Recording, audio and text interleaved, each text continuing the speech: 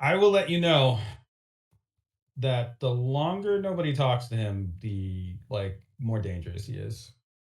It's just a Okay. matter of one of those. No, he is literally the black swan. If we Uh, ignore him. if you ignore him and pretend that, yeah, if you're not keeping tabs on him, you can be very very sure that he is doing something or planning something. And the longer that he is just left alone, the more dangerous that thing will be. It's think of him as being a well, you don't want Satan to be bored, right? No. Is what it really comes down to. You can of course just ignore him for the rest of the campaign. Technically speaking, you could just never talk to him again. Um, it's just this. It might be not a good idea to do that. To put it blunt, like mildly, I suppose. Um, he may be currently imprisoned, but that isn't really. It doesn't hit the same for somebody that exists in the fifth dimension or is aware of fourth dimensional time or anything like that. This is how do I explain it? If you imagine a person's existence as a map flat on a table, that just means one cell is currently colored or blocked of every cell on a map. Like he People who exist outside of time see it as a flat fabric of events, causality, things like that. So you just probably want to do that at some point. You can pick who does it. It's not like he will use every opportunity to fuck you over, depending on what you say to him, of course. So I will not have. Basically, I'm not gonna make him a monkey paw that you have to make a wish on or anything like that. But he is a wealth of information, and you guys have kind of sat on it for a long enough time that you may need it now, but that's up to you.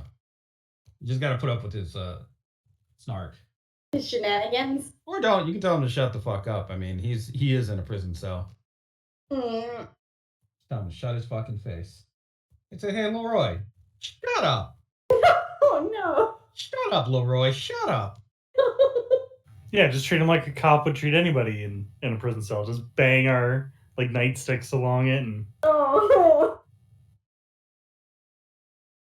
Yeah, act like Well, you're gonna give him some food and then spill it on the ground and say, "Oh, oh geez, that's real unfortunate. Too bad they don't have seconds. And then laugh as we walk away and kitchen, twirl our nightstick on a finger. kitchen just closed up. Tough break, buddy."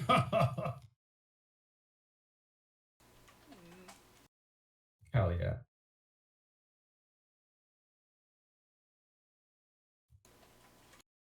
I mean, maybe like two of us can go. He seems but like a dangerous person to just talk to you solo, honestly.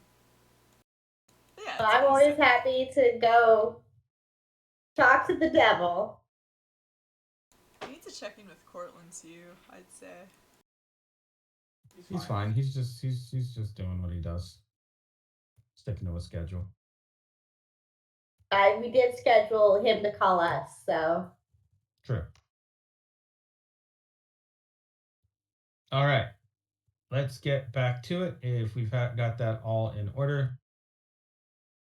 Where were we? Oh yeah, that's right. He just pulled the trigger. Yeah. So, Mikey, you were in a lab with good old Dr. Jake Holmes here. He was being a little bit careless with a fifth dimensional pistol called Silencia, something very heavy, blocky, made of otherworldly materials. Um, you weren't able to wrestle it out of his grip before he pulled the trigger. There is, you can see, actually, you don't see anything. The trigger just gets pulled. And then seemingly nothing happens. I think that I start looking around and I look to him. I'm like, what? Why did you do that? What just happened? Do you feel different? Do you perceive things differently? What? I don't see any exit. I don't see any. There's no bullet. Dr. Holmes looks at the gun, looks at you, starts moving his mouth, just shakes his head, decides that he actually walks over to a machine, drops a glass on the ground. It breaks. You don't hear it. He sighs, gets a broom, cleans it up, puts the gun onto what looks like a scanner with various waveform readouts, runs it, looks at it, flat forms, looks back at you, starts moving his mouth again. Can I make out what he's saying? Laughs. Like, can I lip read? Yeah, you can lip read. What he's saying is, I don't think that this gun actually works, or I don't think that it does anything. Also, why are you standing there not saying anything? That's weird. Anyway, I'm gonna run this through a spectrometer, see what kind of readings I can get. Zero vibrational frequency and resonance. That is weird. This thing is completely inert. The materials of this are, like I said, of an unknown make, and quite frankly, I think it might be broken. Maybe he just gave it to you because it's junk. I think as he's talking, Mikey would pull out like whatever his UZ pad of paper, whatever you might make notes on, and just writes up a note that just says, "I can't hear anything you're saying, and nothing's making any sound. You silence the room. The gun creates silence." And I like pass it over to him after he's done. He looks talking. He looks at the note and just looks at you, and then looks at the gun. And he just starts moving his mouth again. And you can read sort of his lips when he said, "That doesn't really make much sense at all. How would it be able to destroy sound? First of all, if it could destroy sound, it would only destroy sound that currently exists. How would it have a perpetual effect to keep destroying sound? And more importantly, how long does this last for?" He starts rubbing his chin. "If I had to guess, it's probably a temporary effect, but this could be permanent. We could both just be mute and deaf for the rest of our lives. Well, the rest of your life. I'll figure it out for me." I think I think Mike just kind of sighs and he goes, can you hear yourself?" Or well, he'll write it out. He folds his arm and then kind of looks off to the side. And you can see his mouth moving again to say, "I haven't been able to hear myself for quite some time. I actually don't perceive things like normal people do, result of different lab mishaps. I just guess that I have a beautiful voice.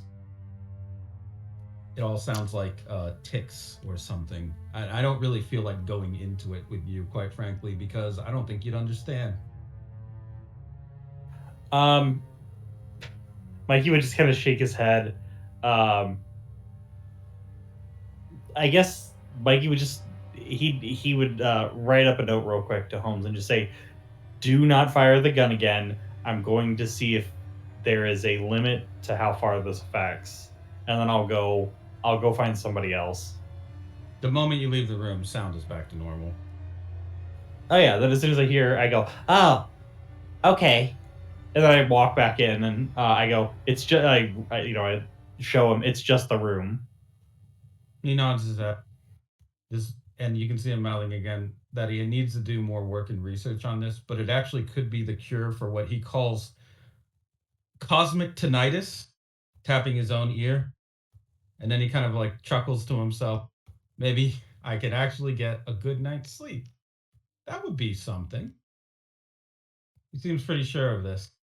And then he picks up the gun. And you can see him slowly tilting it towards himself. "I just pulled the trigger a second time." And then he kind of... I would try and take the gun or Right. stick his hand so that he can't pull the trigger. He lowers it, and then you can see him mouthing, "Just messing with you. Calm down. You're never going to be an alchemist if you stay so nervous about things. Besides, what's a little mistake here and there, now and again? How else were we supposed to find penicillin? What about rocket fuel or the internet? All of them mistakes, by the way. Every single one of them. In fact, majority of scientific accomplishments that you could count back on in this timeline were the result of gross negligence.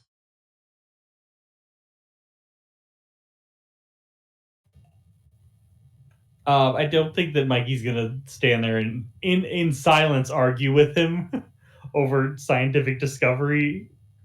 Yeah, he's fully committed to this. So he would just kind of like he'd shake his head and then like nod along and then just go, please do not fire it again. This room is already silenced and we don't know how permanent the silence in the room is. Unless you want to create a quiet zone, a permanent quiet zone somewhere like your room or office.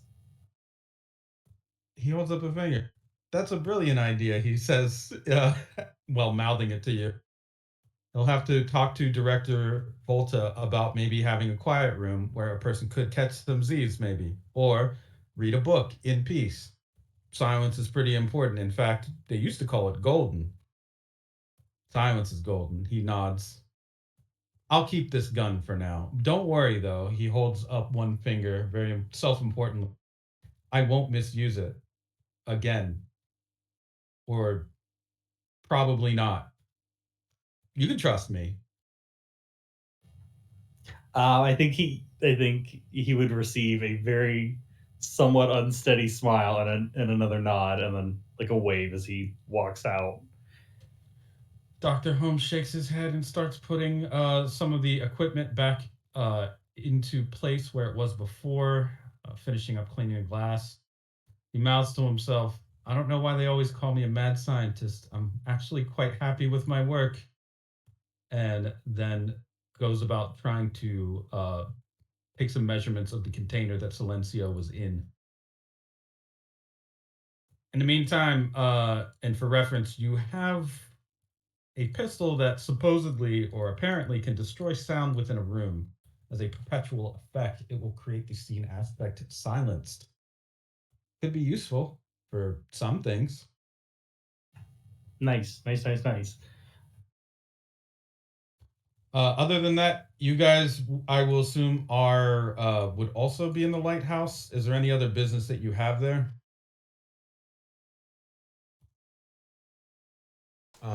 Yes, actually.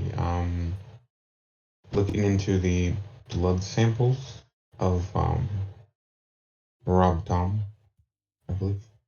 Sure. The blood samples that were taken from the patient, that would probably also be Dr. Holmes's department at the moment. There's no more qualified scientist on duty to take care of this beyond Dr. Holmes.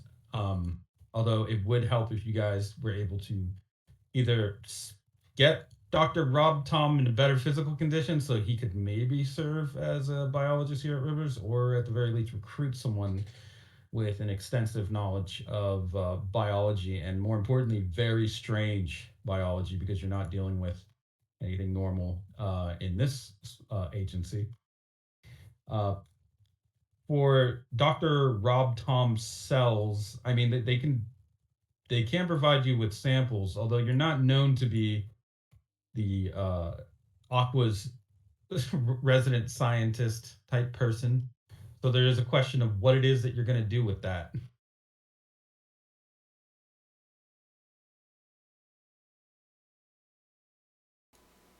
Barter it, Yeah, do you have like a cover story at least to give to Dr. Holmes? Yeah, I figure she's got a sign. She's probably mentioned a scientist in mind that could probably help. But she's got a contact with, but they're pretty secretive, so they don't want to. They don't want to advertise their expertise quite yet, kind of thing. Yeah, as you're talking, you see Dr. Holmes moving his lips, but you don't hear anything. it, and she's like, hello?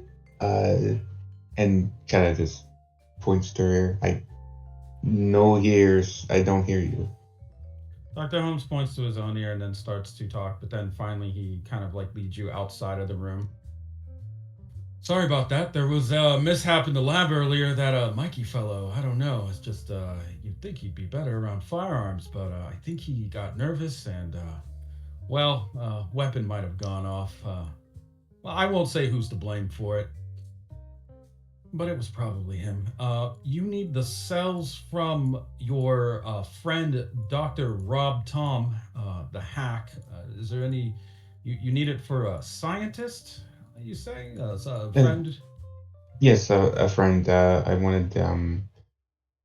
I trust your expertise, but I wanted a kind of another set of eyes on it, so to speak. I don't have a problem with that. As you know, I may be a pretty good I'm a very good scientist, actually. But as far as cryptobiology is concerned, I mean, I know a little bit. It's not really my area of expertise. I can only go so far, and maybe if I went back to school. Until then, of course, I suppose I can give you access to some of these samples. No problem. What do you need? Blood, urine, semen, feces, skin, hair, organ, spinal fluid, nail clippings, bone shavings, or marrow. I can take all the marrow he's got. Every single ounce of marrow. I've done it before. Maybe. Probably, probably the best. The best for actually looking at it underneath, a microscope. But nothing that'll, like cripple the guy. Oh, you don't have to worry about that. He's already pretty crippled. But sure. Just a quick question. Does anyone have the power of attorney here? Does he have a family immediate or anything that, in the event that he dies while in our custody? That's concerning that you would ask that, but why would that be concerning? Well, I mean, just a tiny bit concerning is all. Hey, do I look like a medical doctor? No. That's right. And we're not in a hospital either. We're on the forefront of weird science. And that guy, he's got it real bad. I mean, like I said, not a master of cryptobiology or anything like that, but the signals that his cells are going through, the weird transmorphic behavior that some of them have, the signatures and patterns are. Well, I don't know of too many people who go through this sort of thing and live for very long. He may have as many as a few weeks or as little as the rest of the day. So, I don't know what to tell you. Stop shedding those cells everywhere, huh? You know what I mean? And he brushes his shoulder. Dandruff. But it kills people.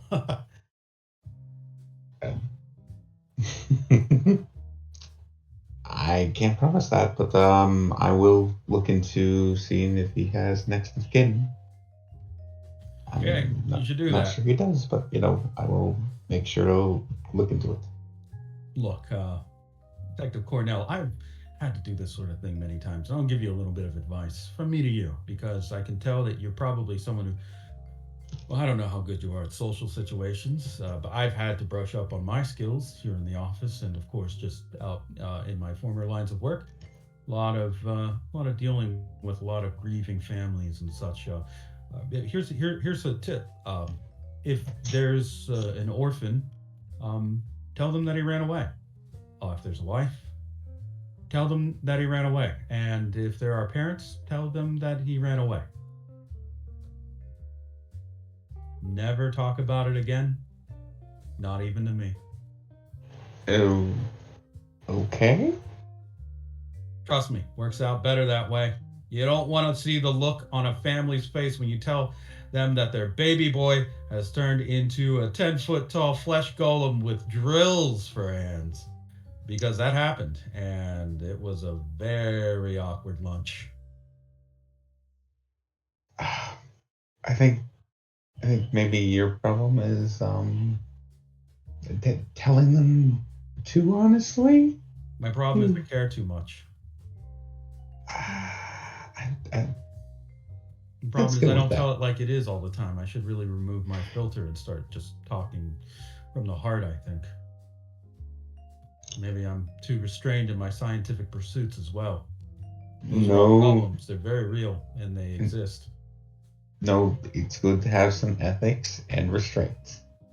Hey, speaking of experiments, you guys never need any extra cash. I could always use volunteers. Well, if you happen to find anyone out on the streets, I know there's some people in Guam that probably need the work. Just send them my way. I'll put them on a weekly regimen of something or other, and we'll compensate them just fine. Hey, that Detective Orinoco, she runs some kind of homeless shelter, right? They need work, huh? You know what? He just like hands you a bunch of business cards. Just pass these around at her homeless shelter or soup kitchen or whatever. Don't tell her though. Okay?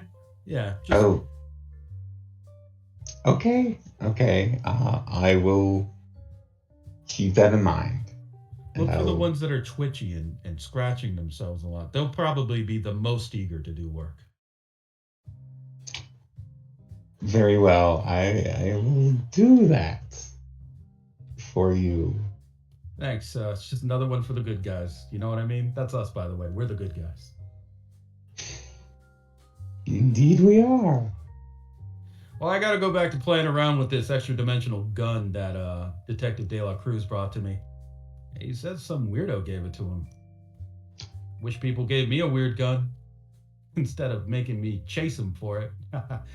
All right, I'm gonna go work on that. Let me know if you need anything else. Those samples will be ready for you shortly. Of course.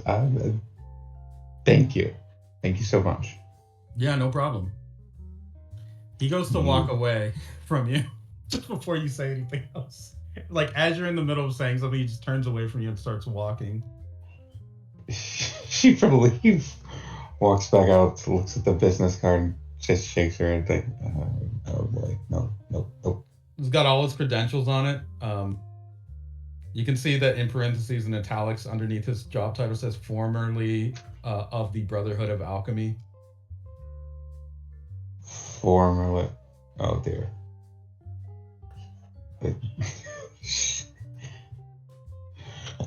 She will probably have to look into why that was formerly. Well, according to him, he just parted ways with them at some point. But also, according to the information that Rivers has, if you were to ever care to look, the Brotherhood of Alchemy suffered some pretty substantial, I don't know what you want to call it, damage from being raided by the Dorbo Corporation in a place called the Void, which there is very little information on other than, like, if you were to look it up, it just says a void as the description or definition of what the void is. It just says a void. Oh dear. That doesn't sound pleasant. But yes, after some time, wherever it is that you are waiting for it, maybe in a small reception room, one of the lab assistants will bring you a small sealed container with its own battery pack powered cryogenic preservation add-on of Dr. Rob Tom's cells on slides as requested. These are blood cells and samples, it looks like. He will take them and go. Thank you so much. The assistant whispers something very quickly and then simply shuffles away. It wasn't anything weird, and you can hear it because you have excellent hearing. You're superhuman, so you could hear that they were just whispering, "No problem," and I will maybe see you later. Goodbye. Very quickly. This person seems extremely introverted, whoever they are, going so far as to hide their face behind a bunch of lab equipment on their like masks, basically, or ventilator. Kind of par for the course around here. A lot of the people who work here seem a little bit off.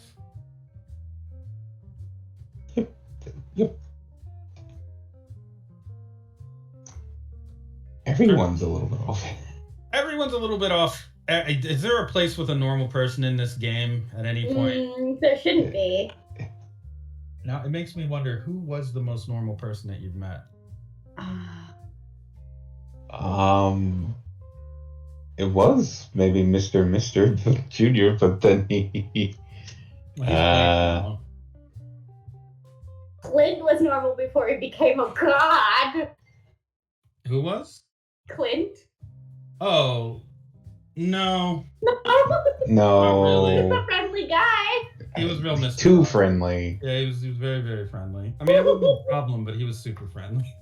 Unrealistically friendly.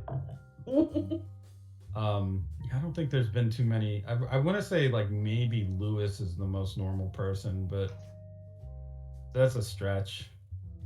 He's a little weird himself. It doesn't matter. He's eccentric. Yeah. Look, there shouldn't be a normal person here. So far we're doing our job well. That's true. Most normal person has been the moisty in the cage. No. I know. That is untrue, lying. That is a lie. The moisty in the Iron Clan. No.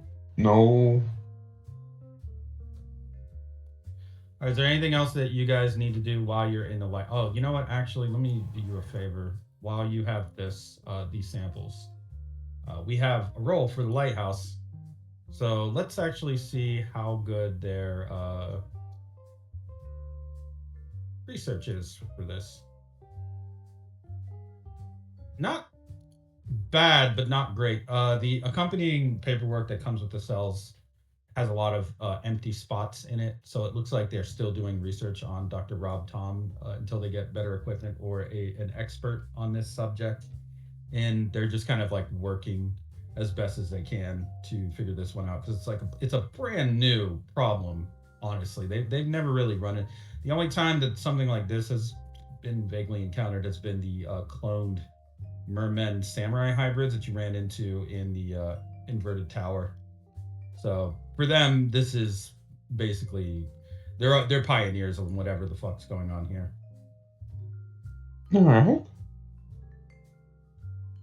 All right. Yes. So, is there anything else that you guys need to do while you are in the Lighthouse? Talk to Leroy. Sorry, what were you saying? Oh, yes. She said talk to Leroy, but I was about to bring up the same thing, and I wanted to deliver EE here anyway, so... Yeah. If no one else is... I will volunteer. To bring EE in? Yeah, and to talk to Leroy, so... I'll just go with... Unless you want to. Yeah, unless anyone wants to, yeah. Yes. So, dropping off EE. As far as the robotics team at the Lighthouse goes, they also don't really have an expert on that, other than they have an actual super intelligent robot. So he's the director of the place, so he might be a little busy. When you drop him off, Director Volta is in his mode B already. Oh, okay. You just drop him off at like a repair bay, I assume, where Director Volta is waiting. He is playing on his Uzik when you can hear loud video game sounds coming off of it. He doesn't stop when you enter the room. I got the high score. All right. And then he high fives EE's like frozen stiff arm that's still like stuck in a position perfect for a high five, actually. I am sorry for the state of your son. Oh, EE? Yeah, I kind of expected that he'd get into a little bit of trouble, but that's okay. Uwu did your best. He kind of like smiles at you and his teeth sparkle. Yes. Well, we went up against VG's Mafia. Oh no, he puts his hands on either side of his face like Home Alone style. Not that. That sounds really grossy wossy. You're gonna have to deal with that probably yourself. If I got near Avicii, it might be a problem. Or as I like to call it, a problem woblum. Yes, and why is that?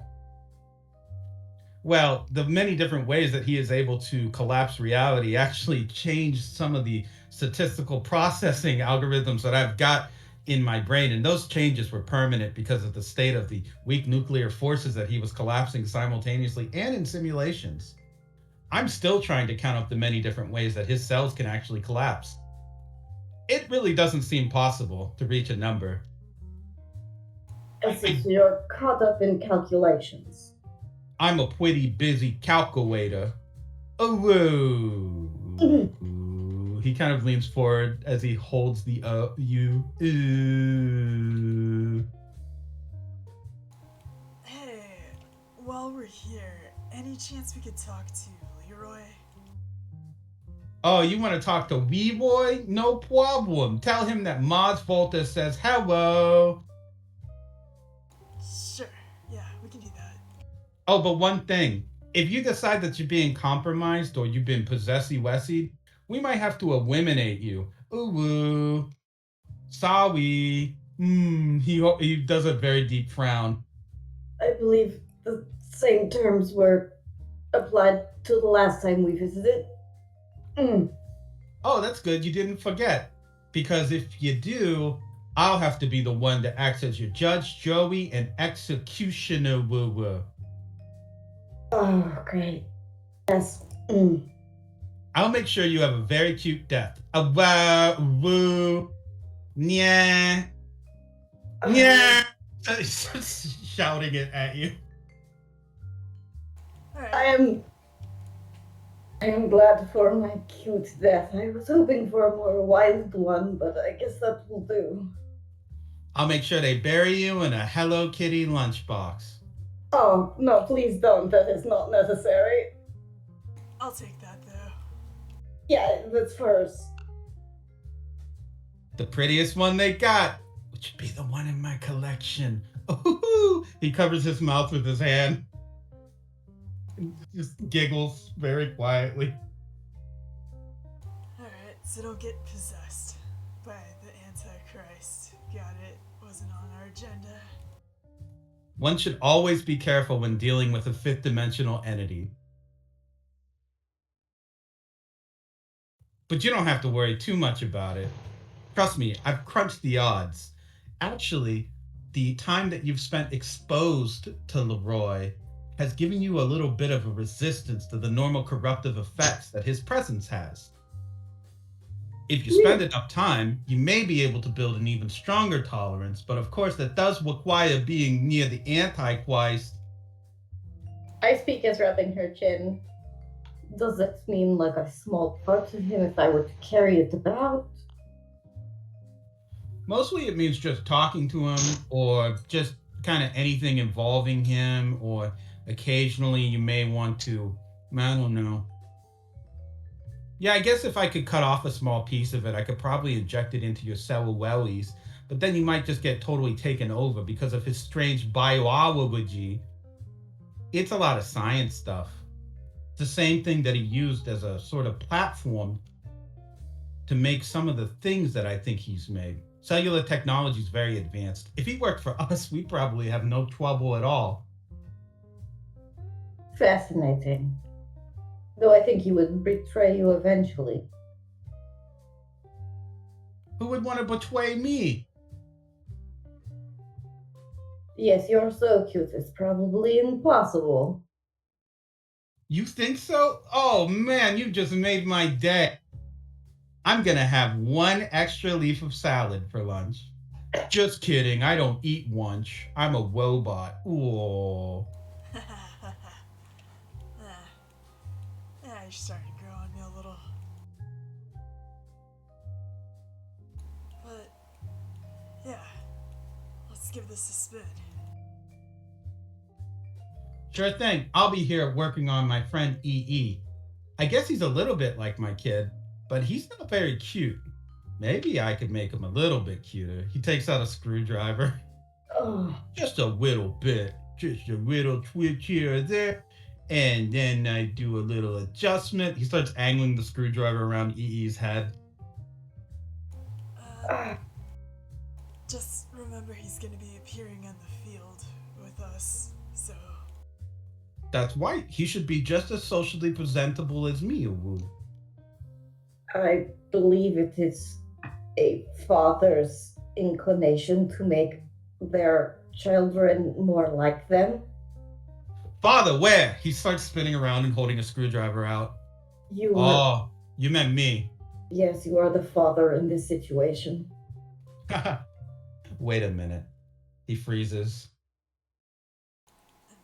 Who is your father again? You can see his face rapidly shift as he considers fatherhood until he goes back to having his more serious form.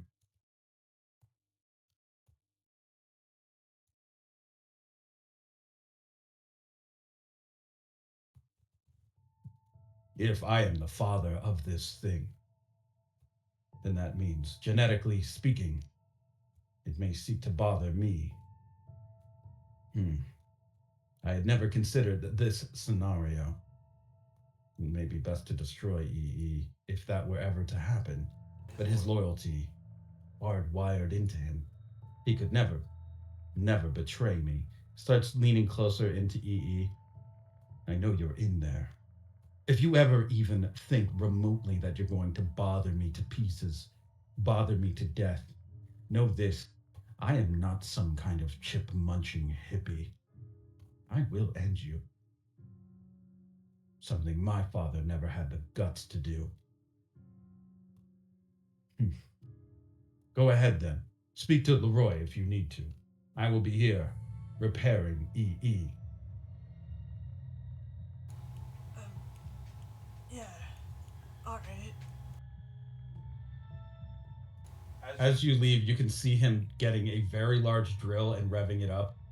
This will be a lesson you will remember for some time, son. Oh,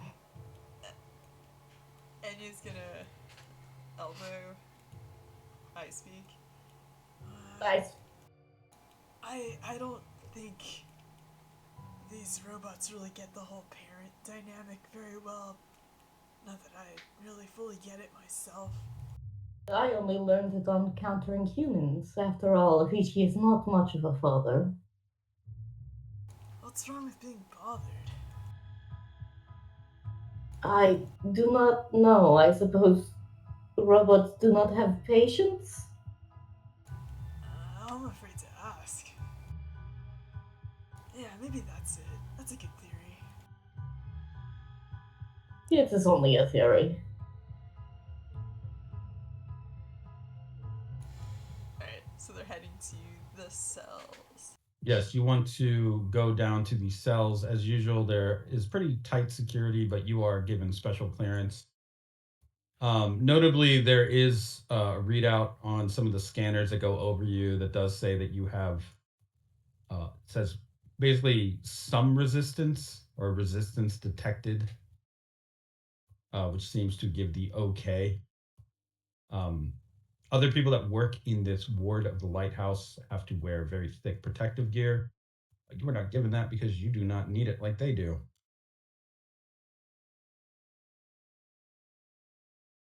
The actual cell, well, as you know, there's the DZ cell, there's the Rich Tan cell, there is the Leroy cell,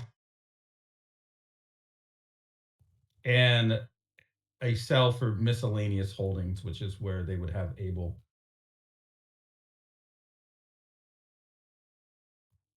assuming you just want to go to the Leroy cell. Yeah. Yes. I mean, that's the only one we have authorization for, I assume.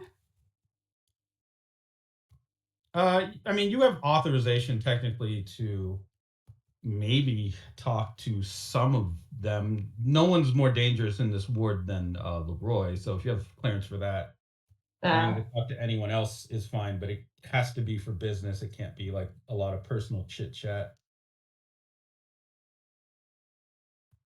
The cell holding Kev, for example, is probably, I mean, it's very reinforced. Might even be the second most reinforced cell on this ward. That one looks like it's actually needed some repair work as well. So it doesn't look like it's it looks like there's pieces of metal that have been added on to the exterior defenses. I mean, and you might get curious at that. Because they saw, like, young Kev. And Clint, obviously.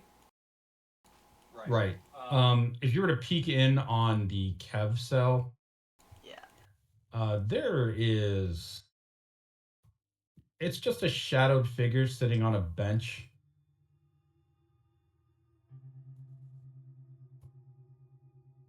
Just looking dejected.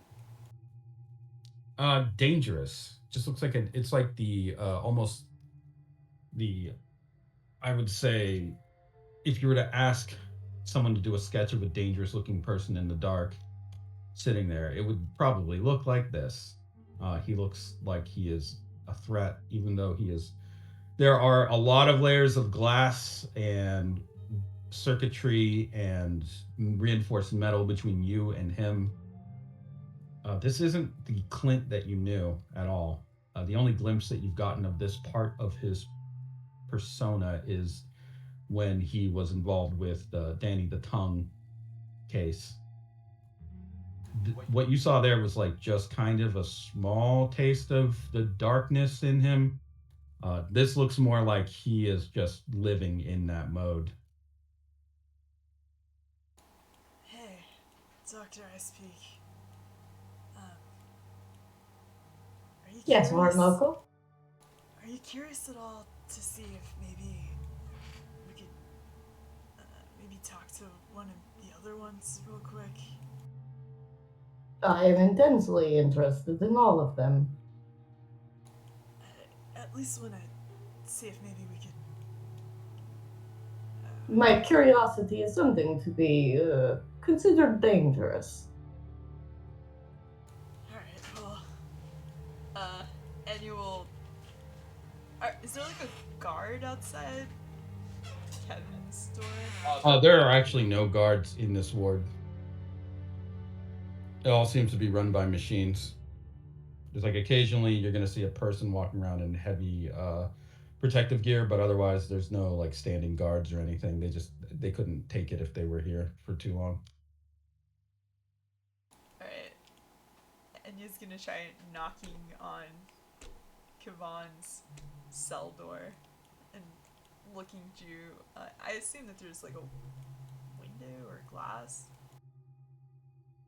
And she'll gesture. When you look into the glass, you're looking right into his eye as if he were an inch away from you. The warped perspective through the glass seems to be focused through a lens of air and space. And the eye that you see on the other side looks tired and angry. Hey, mind talking briefly? What is there to talk about? Well, quite a few things, but maybe the most pressing thing is, where are you supposed to be? What do you think? The moon. Higher dimensional frequency than this. More authority, more powers. A lot less red tape. but a lot more headaches and bureaucracy. Really at the top. You could help me get out of here, couldn't you? You could just figure a way out, right? For the sake of justice, you might do it. I'm not being held here by any authority that I recognize. This is an illegal imprisonment, you know. Holding me here makes you a criminal. You should let me go. I can do my work if you let me go. I could take care of all the problems that you have in this world. Every single bad guy can get a bullet between the eyes by the time you wake up for breakfast. Slow down. I am still getting a feel for what's true or not. For all I know, you could just be some sort of Leroy projection, if I'm honest. You know, the longer you hold me here, the more your own charges rack up, officer. The more liable you and your friends are, the more laws you've broken. And I won't forget it. Doesn't matter what kind of past we had while I was having a nice dream here on Earth. I'm a man of the law, and I always was. Well, I don't really know what sort of higher authority law you're used to. For all I know, my kind is not considered enough in your eyes. So, you'll forgive me if I take my time a little bit in sussing out what's good for everyone. I'll mark it down on the ledger. Don't worry. I won't forgive you. Let me out of here, and I'll consider it.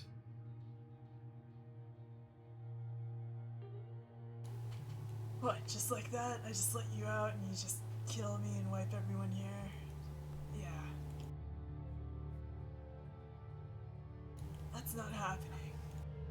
What if I promise to extend your stay of execution?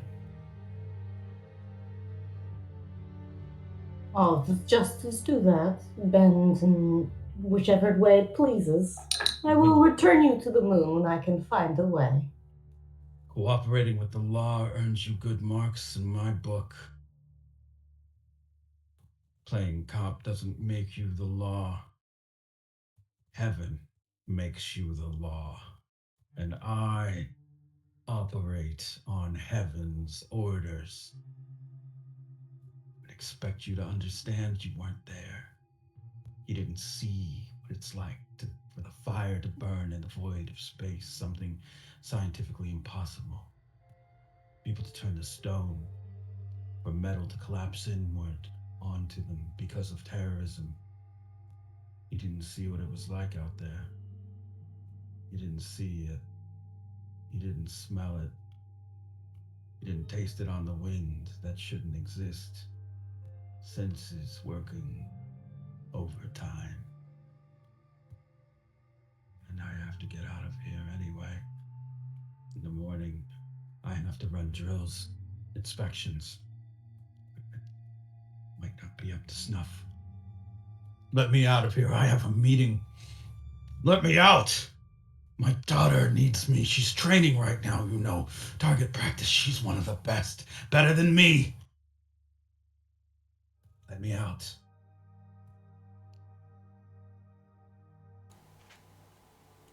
Would you like me to bring your daughter here if I can find her?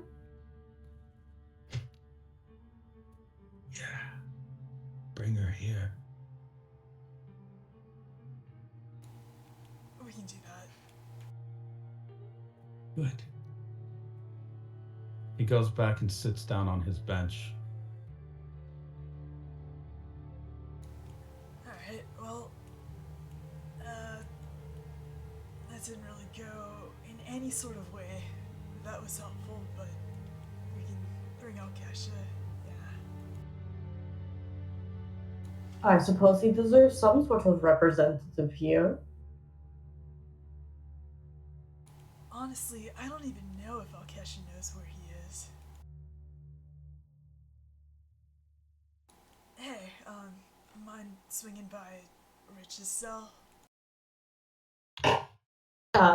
She puts a hand over her mouth and keeps herself from laughing. Yes, we may visit Rich. Yeah, if you visit Rich's cell,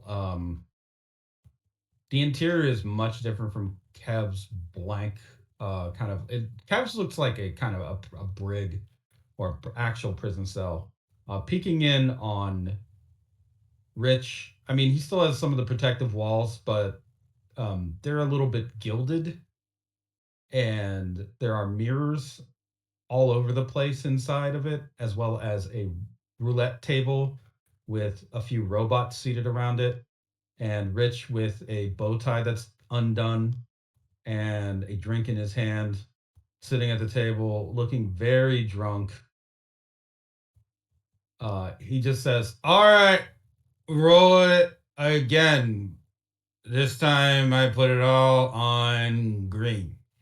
He shoves a bunch of chips forward towards the robot dealer. The robot dealer looks up and says, "Green is not a color in roulette." Rich just starts to get up and point a finger at the robot and then stumbles out of his seat and falls over, spilling his drink all over the ground. A robot waiter walks in, picks up the drink, refreshes it with a small faucet that emerges from its chest, and puts it down back in front of him, picks him up, cleans him off, and then he goes back to sitting and swaying back and forth on this stool.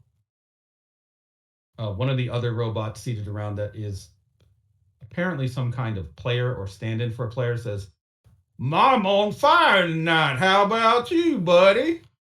Rich says, "You talking about that again? It's the 1,000th time you told me you're on fire. What's your problem, man? Not everyone's got good luck like you. Stop rubbing it in my face."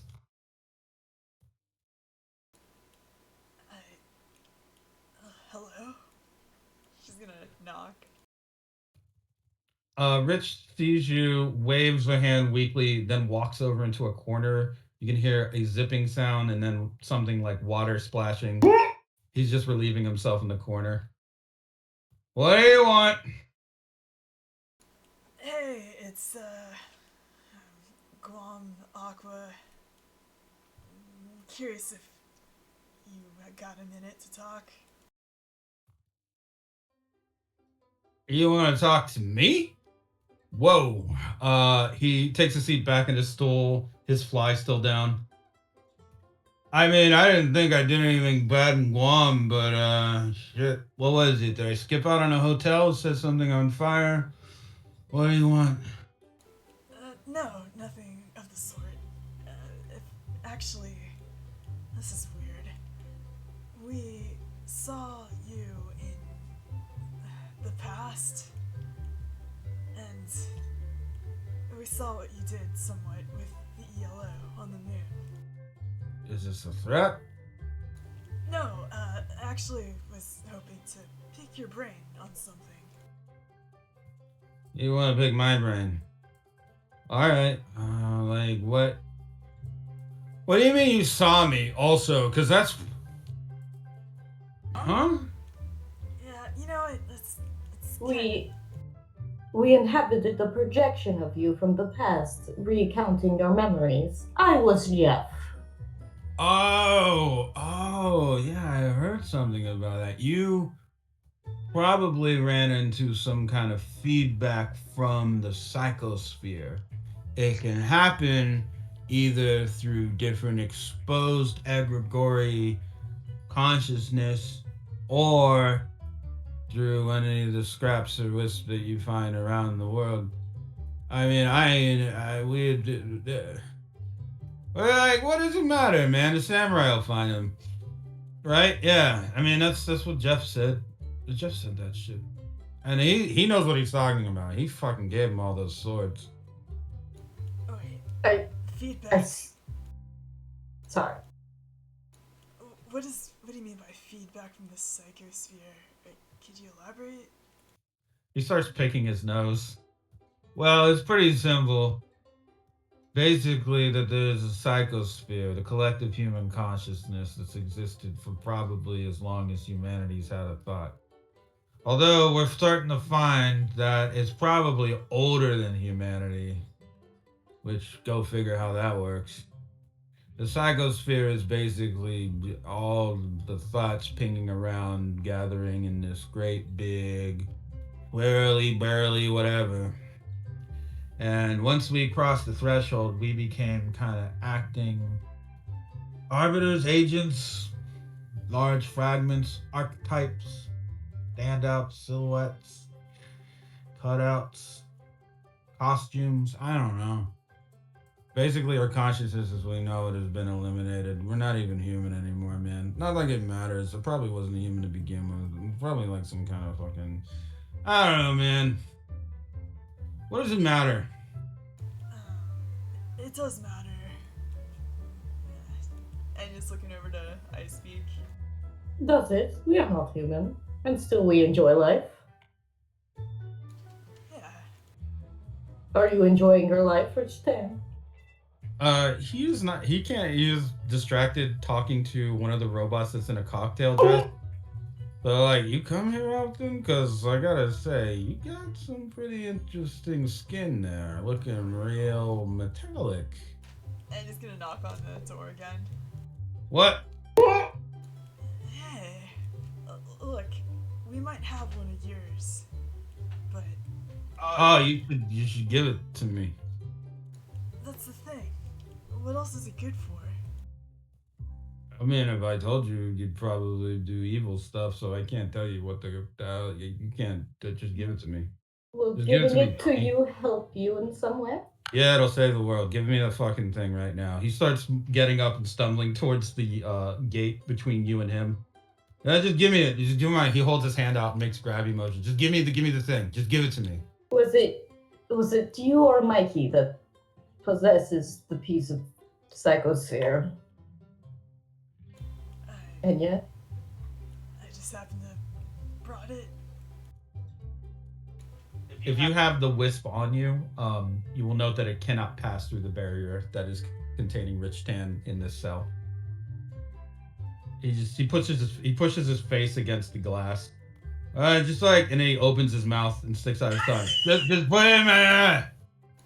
Just, I'll eat it. I don't know what I'm doing, so I'm just gonna hang on to it for now. It'll be fine. It's with the Aqua though, please. it seems we are required to ask the higher-ups to interact with you directly. Oh, you want some face-to-face time with old Rich Tan? He starts fixing his very disheveled bow tie. I shrug and I smile at him with too many teeth, which you'll probably like.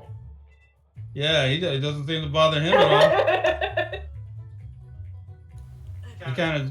He just like looks a bit coy for a second, and he says, "Wait, I never made it with fish. I don't know, first time for everything. Yeah, go see if they'll give you some personal time with old Rich Tan. I'll show you why they call me, you know, the big dynamite stick.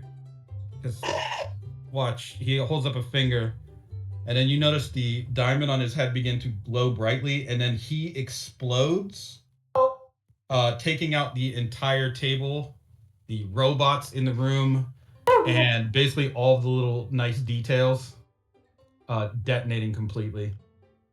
Shit, I thought that was sexual innuendo. I sigh and say, "You're only pleasing yourself." The background begins to shift as walls move in and out, panels are replaced. A new set of robots are dropped in by cranes from the ceiling with little hooks.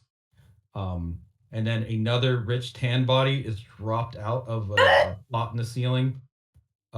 It's just, he drops in and says, "Ugh. Damn it! It never works. I've been here forever. Oh, man. I gotta go. It smells, somebody pissed in here. It smells awful. Yeah, that was you. Oh, He goes back to being seated at the newly replaced table. Everything looked exactly like it was before he blew up. I didn't even get to ask my question. Man, you're so distractible. What question, man? You're such a fucking nerd, man. Alright, look, there's this NWO, and I'm trying to figure out a way to mess with them, alright? I need Wait. ideas. You said NWO? Actually, yeah, have you heard of them? The New World Order. Wait a minute. What do you mean? Wait a minute. Are you saying the New World Order is like a thing now? It's very much a thing that is, you could say, consuming the earth with its influence and power. So, Yeah, of course it is. I mean, you know, messing around with the background world and the psychosphere and the balance between life and death kind of like opens your eyes to some stuff. And I did happen to notice the large corporate intelligence happened to be called NWO, but I didn't think that it, I mean, well, anyway, that's bad.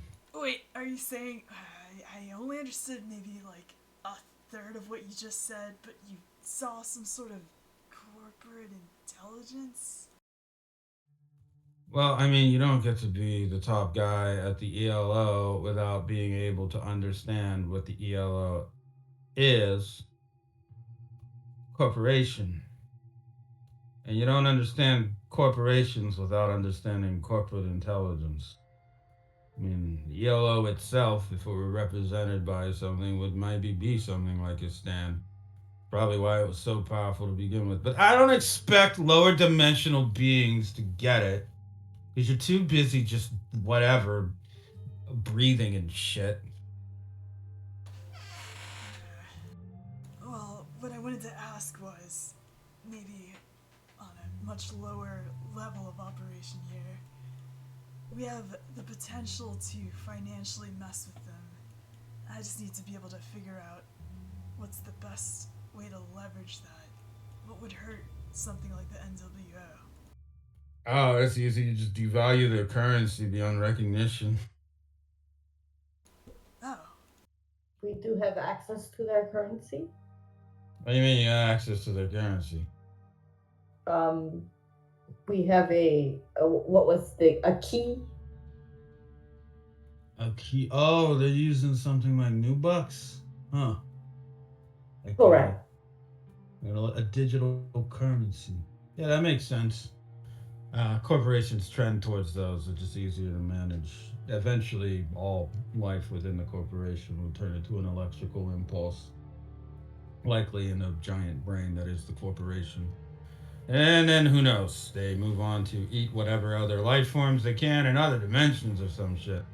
They're like some kind of a macrophage or it doesn't matter. Super bacteria, virus, fucking whatever. Anyway, So it would be best to cripple it early. it's a little late if it's already running things. I mean, that means that it's already got a sizable chunk of the psychosphere under its influence. And if it's doing anything like eliminating people from the influence of the psychosphere, otherwise severing their connection, that would actually be really bad. How would you tell if one was eliminating them from the psychosphere? Oh, let's see. They disappear into the void, or they're otherwise, you don't see them. Life loses its vigor eventually, and bad stuff starts happening because the psychosphere isn't getting the proper amount of, input, and then people start going crazy. And I Do, mean, is any of that happening? And people going crazy out there?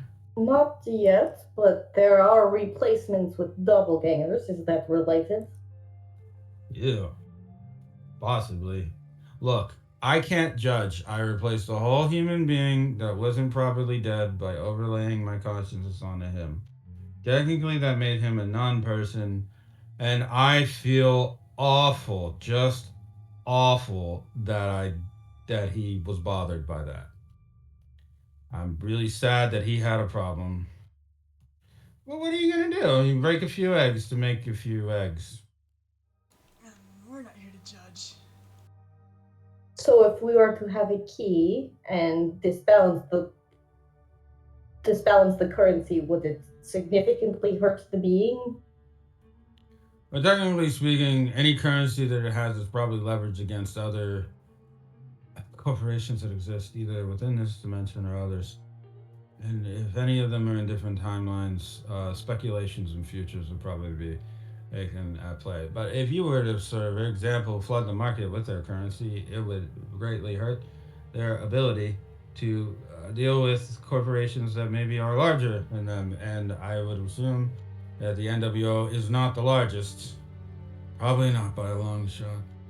There are intelligences out there that are far, far bigger than us, even.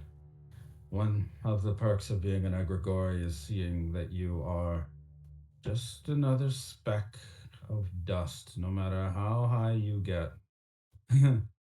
Even our heaven might not be the biggest one or the highest level. Dimensions beyond dimensions beyond dimensions. And like it's a thing. You can read a book about it, I guess. Is that what Leroy is, by the way? A corporate intelligence?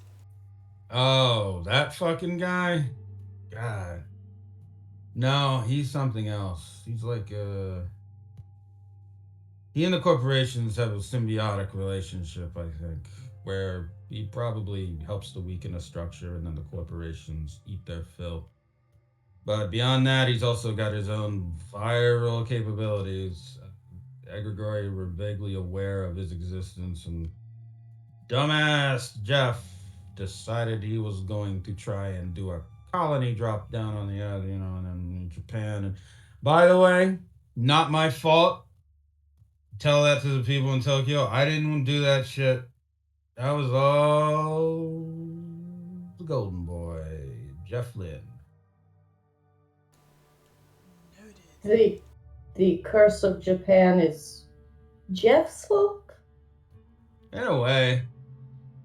But one could also say that it's the higher intelligence of that damn black swan that probably led to it to begin with. Even the idea of dropping that piece onto the earth might have been planted at some point. The impulse, the lack thereof. You're dealing with somebody that's literally playing 4D chess. God, I hate that guy.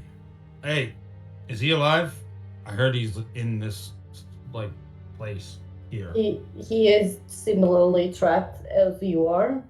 Can I put a diamond in your head and then you blow him up? I mean, you're gonna die, but be worth it. Again, I cannot physically contact you, or I would create one singular eel bomb. Nah, it'd be your whole. I can already tell by your structure. You're a little bit more connected than you think. No, you blow up entirely. It'd be pretty cool. All right, let's do it. He takes a black diamond out of his hand and tries to shove it through the glass at you at head level. Come on. Come on. Kamikaze. Kamikaze. It's not what we're. Although I'm sure a kamikaze would be very fun. I think I will decline at this point. Fine, don't blow him up. See if he destroys the whole world or not. I care. I don't know, man. I'm gonna be busy. Not like I can't shunt myself to another dimension unlike the rest of these clowns. Hey, speaking of which, if you ever happen to do find Jeff, you tell him Rich said fuck you. Hmm? Yeah. Say it to him like that. I feel like Jeff would not take that very well. So, Hey, I'm a god. You gotta do what I tell you. I will do as you say. Hell yeah. Alright. You're ruining my luck here at the table. You got any other questions that make any sense or are cool? Or if you flash me, like, it would probably help boost my morale. thank you for your time, Rich. That was very insightful. Damn it, that never works. Fine, get the fuck out of here. Why am I losing all my chips? They hit onto Leroy now, I guess. Rich just goes back to trying to make bets that don't make sense at a roulette table with robots. You can hear him screaming. After you can hear the ball rolling and then coming to a stop, and then him yelling, "What the fuck!"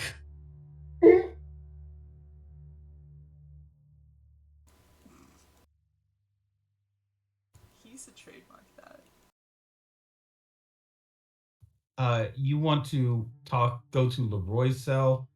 Yes. You will note that Leroy's cell is a little bit different from last time you saw it internally. Externally, it is very much the same, but internally, his lounging chair has been replaced by a grassy throne on which there is mounted a deer skull. He is seated in it in fine golden robes with a very simplistic, looks like hand crafted golden crown resembling branches. He has his eyes closed and is just sitting almost in meditation. The sound of running water coming from some unknown location within the cell.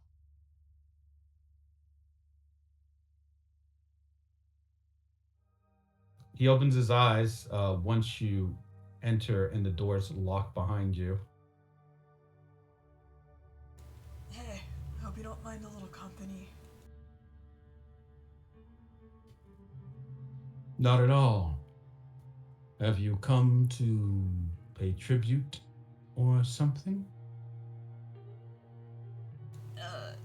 Enya's gonna rummage through her jacket. Actually, they didn't really allow too much through. Of course.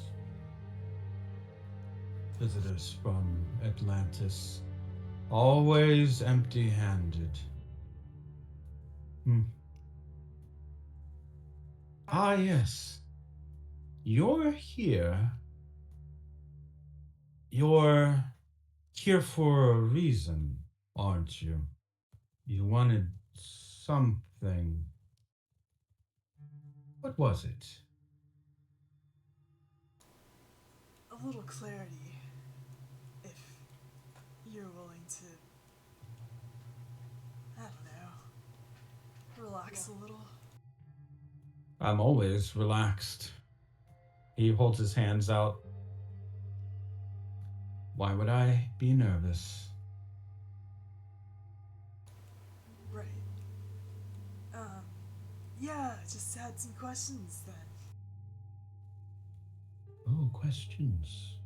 Well, ask away. You'll find I'm the sanest person here, so I have the easiest time answering any question at all. Alright, I'll just go for it. What does it take to get to the fifth dimension? You're thinking about going up another level, huh? Takes quite a bit to be able to conceive of even the fifth dimension. To perceive it is a different thing entirely. Your biology is limited, so you cannot really see into the directions the fifth dimension has to offer. To you, they may look like something becoming very tiny, or something becoming so large that it might as well be air. But to me, I can see things moving along the axis that is invisible to you. If you'd like to be able to see into the fifth dimension, you'll have to elevate your biology, I would imagine. Of course, I do know how to do that.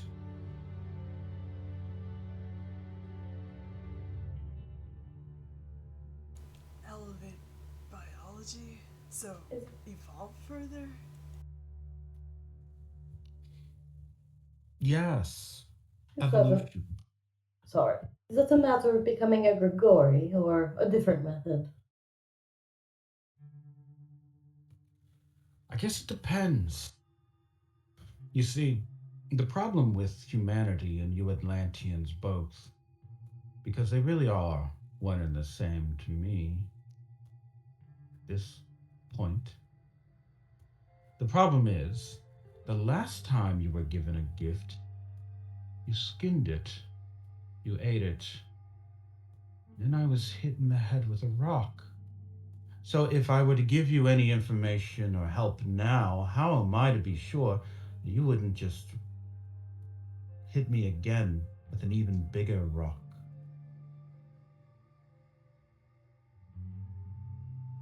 I believe the last time we interacted, you hit us with a rock. I mean, you got better. I got better. We're all better now. Then I suppose we will have to begin again.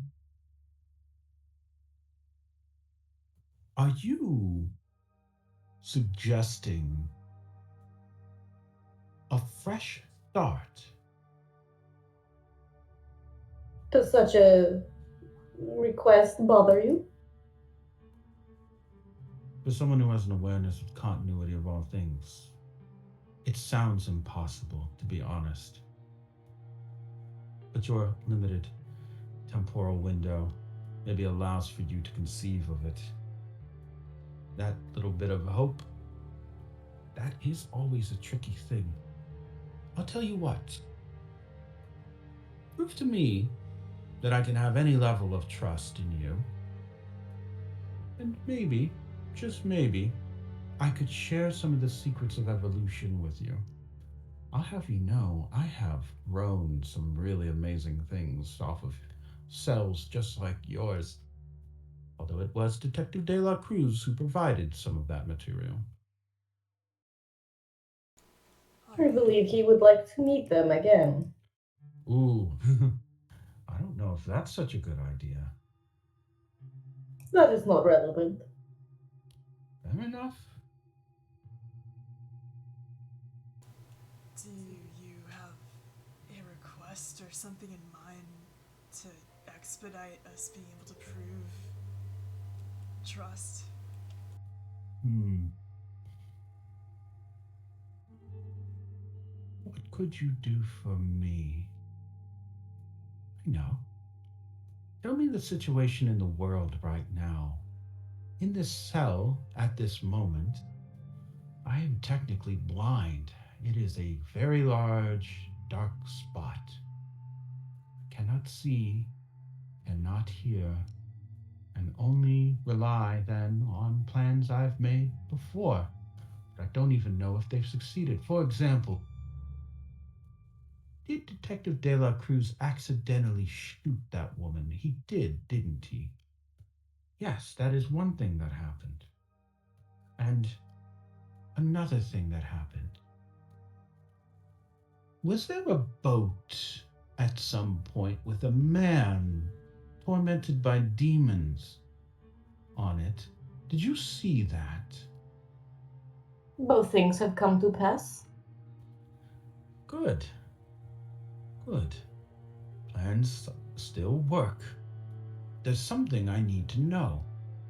You see, I may not be able to tell what's going on out there, but there was a great spark of disturbance. Did something miraculous happen? He watches your faces very closely. I smile brightly at him and say, every day is a miracle for us. Just surviving? We cannot have trust, can we? Why will you always seem to plan our demise? It is difficult to have trust. That's where you're mistaken. I don't plan demises. I orchestrate them, but they are going to happen either way. I only make them useful. That is all it is. If you have a problem with that, take it up with causality, not with me. Useful to you? Uh, well, perhaps. If it's any good. Would you rather it be useless? Would you rather the universe just unravel into nothingness for no good reason? Nobody getting out at all, nobody getting anything from it? No, I would prefer the corporation not eat us whole. Make a pact with me and they won't. We are not currently allowed to make pacts, but if you wish to strike at them or our enemies, I suppose we would form a mutual enemy. Hmm. You don't need to worry about that. The NWO might be a dog that is hungry, but it is still a dog nevertheless. Only the Earl Koenig gets to take what is his. No matter how hungry the dog is, the Earl Koenig wins. So, really, for really serious now, what is it that you'd like to know? Actually, before we move away from the NWO, that is a good thought. Any chance that they would create a doppelganger of you, or any of your former personas? Wouldn't surprise me. I am quite attractive. And you're just looking over at Ice Peak. It almost kind of seems like we came across a doppelganger of Sunny, maybe. A what?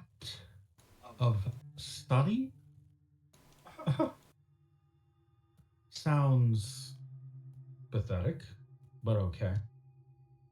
Well, he might have been cyberized. It's still unclear. We need to figure out what that's about. Well, seems to me you ran into somebody made out of maybe scrap materials. Probably meant to be like me or use something of me in some way, a shadow or a memory, an echo. It's really a nothing at all. If you see that thing, you should probably just destroy it. That is a free hint from me to you. It's not Oh, like, I'm a good guy, so. no, because he is so cute. You want to keep it as a pet. I want to keep most things as a pet. Some things never change, do they? If you happen to see a clone or anything walking around that looks like me and isn't being plastered on a billboard or broadcast over a video, I can't say what it's doing. And quite frankly, it's probably something that's dangerous. I mean, not for me, I'll be fine. I'm in here. You on the outside, not so safe. Alright. Well, You ask me what I want. I want to know your plots and plans. I don't think you're going to give that to me. Well, it's simple. I just want some information and then I'll leave this world. That's all. don't you have access to most information? Not quite. There are things that I don't know. And if I knew them, I could just leave. Just that simple. Would you leave this world in shambles? Yeah. What do you want?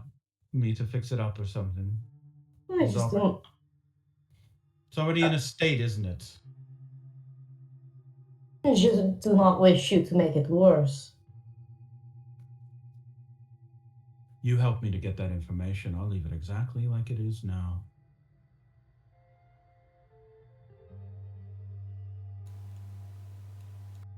I guess we both want information then. Likely not for the same reasons. You do-gooders are just trying to keep things orderly and alive, and I get it. Biological organisms just want to perpetuate themselves, replicate, and find some kind of meaning in something like a psychosphere. But the truth is, everything comes to zero eventually. Would it be better if there was something sideways of that? way to fold things, way to move things, higher orders, higher dimensions. Is that what the Akashic records are for? His crown tilts slightly when you say Akashic Records. Those are nothing more than a catalog, and if you were to somehow get them to me, that would be wonderful, but I don't suspect that they are prepared yet. That I would know, being in here. Yes, Akashic Records. Something simple and harmless. Information, and that's all. I would like it. But I won't say that I need it, because need makes you vulnerable.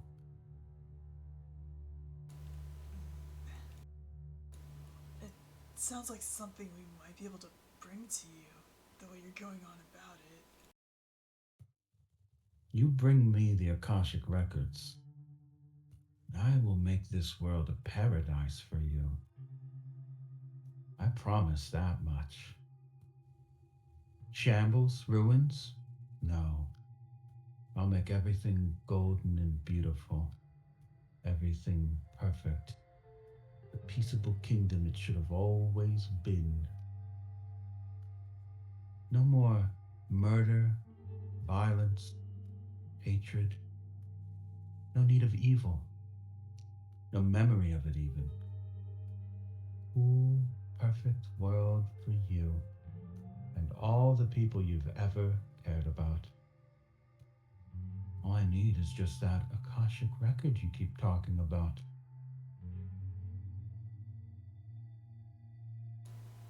Which is just information in some sort of form? Some sort of form. It's all information. It's data. It's not a gun or anything. What would you do with infinite information, Roy? Well, that's the trick of it. It isn't infinite. It's a very set amount of data. That's why it's important. If it were infinite data, nobody could read it. Not even me. And I know infinity.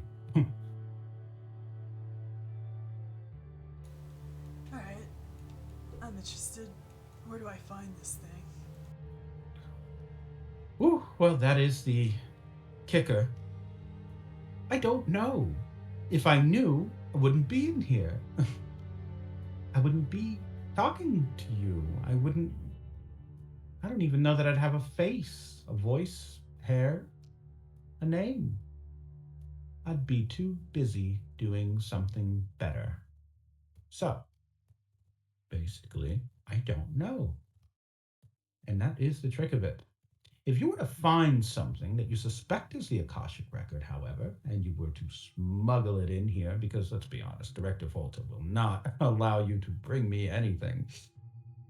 If you were to smuggle it in here, I could take care of a lot of problems pretty quickly. And I have no need to have any sort of antagonistic relationship with any of you if I get the record. Why would I? Why? To my friends who brought me the thing that I would really like, but don't need. Oh, yes. You would be treated quite well indeed. In the court of the Earl Koenig, you would be treasured guests.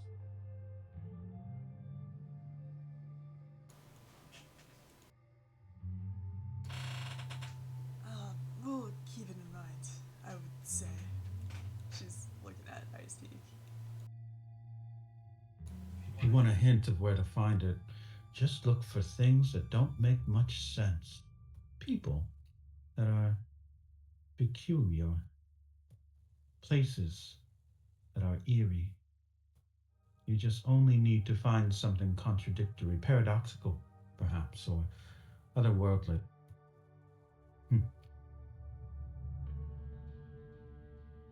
Is this something the NWO wants as well?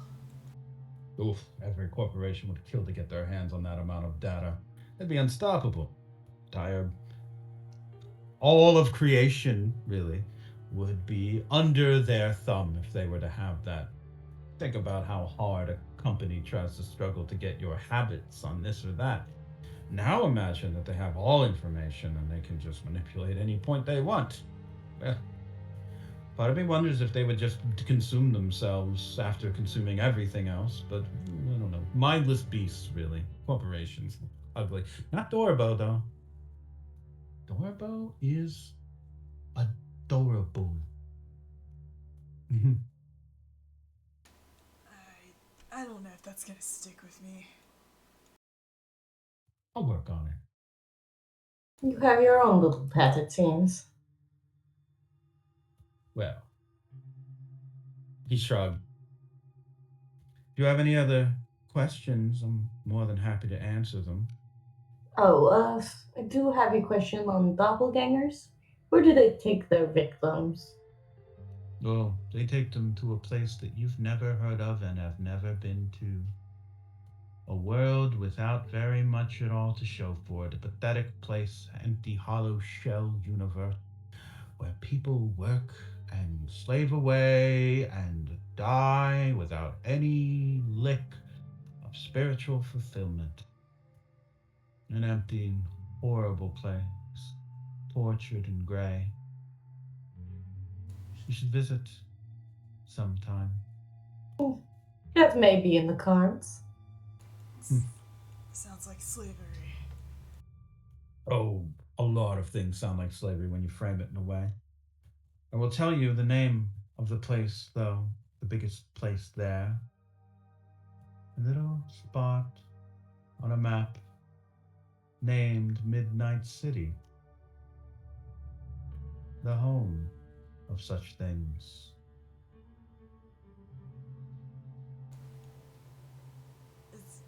Can that be found on Earth? Not on this earth, no.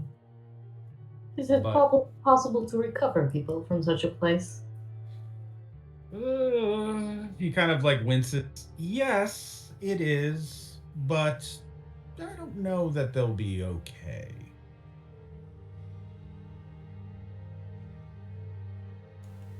Is this in some sort of dream space or some cyberspace? No, no.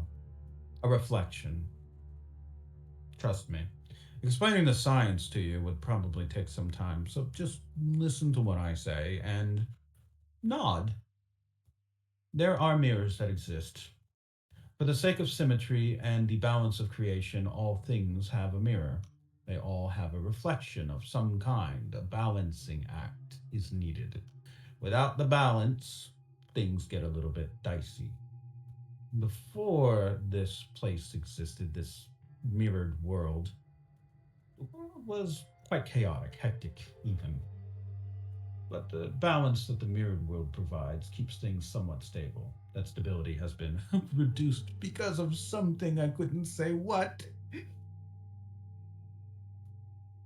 But think of it more like it exists in the inverse of the world's rotation. It is another dimension, a different frequency, on a different time scale, a different speed. Backwards, not forwards. Up becomes down, etc.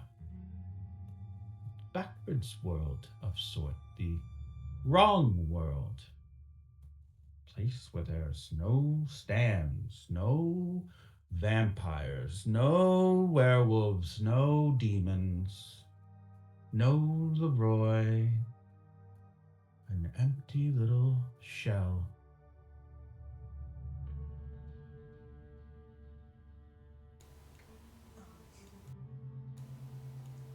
That's.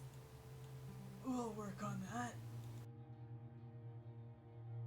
I nod as he requested. One of you can follow directions. And he's just gonna knock on her skull head. Sorry. You'd like entrance to Midnight City, would you? I have a missing persons case, and I was wishing to recover the missing person. Well, if you want to go backwards, you have to move your feet backwards. And likewise, if you want to enter Midnight City, you're going to have to reverse time. How does one do such a thing? There are many methods. Once you reverse time, of course, you fall between the treads, chronal energy, and eventually end up in that place. I had a machine that did it in my tower, but I am currently locked up. And by this point, who knows what's happened to my precious technology? If I had to guess, somebody's probably tried to scavenge it, research it. We could reverse engineer it, and next thing you know, everything's destroyed. The world blows up, I won't even be there to see it. What a shame.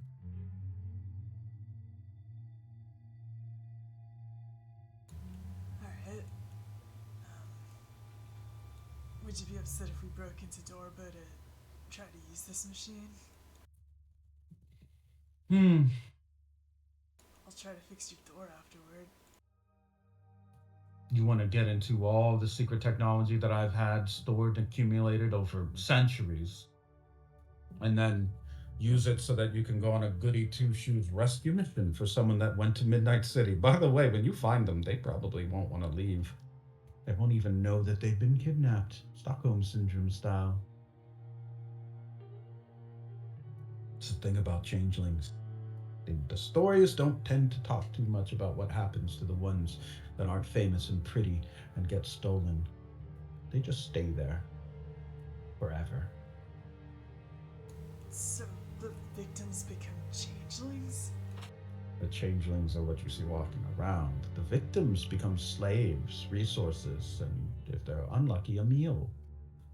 Some of them end up in prison and they just go through their whole life proclaiming that they exist in some sort of fantastical reality, which of course doesn't sound very good to the people in Midnight City, so they just get institutionalized. And then there are those that just accept their life, move on, take their medication, get their treatments, and accept that they are just the best darn shift manager at the pharmacy that they work at.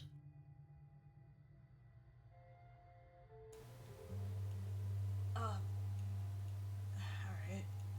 I'm out of questions, personally. Dr. SP, do you have any?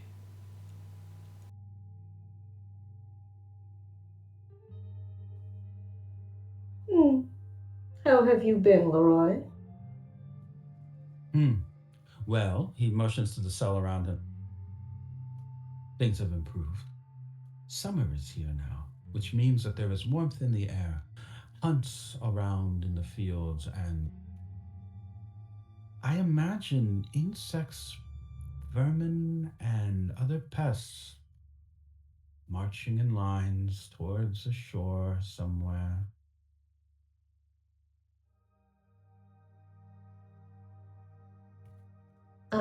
Yes, the VG is sending his messengers. Yeah, an automated response, a defense mechanism by a life form which is far more advanced than either of you. If you were in such a state, your bodies might respond accordingly. Maybe your eels might attack something that got near you because you're unconscious, just as a sort of reflexive, instinctual action. Well, in Peachy's case, those little zombies walking around are his response system to attack that which maybe caused him to be in the condition that he is in. I see. So it is like an autoimmune system. A bit. Fascinating. Really is unfortunate that they'll never find that allergen anywhere. Oh well. Speaking of autoimmune, Ah, are you recently, the allergy? What is your question, Detective Orinoco? um, got a bit of a hint from someone that you're in a symbiotic relationship with the, what was it corporate intelligence. You weaken something, some sort of structure, and they consume. So, So, you would just give up that sort of dynamic for whatever this Akashic record is? yes. Even to the point of reversing? Yes.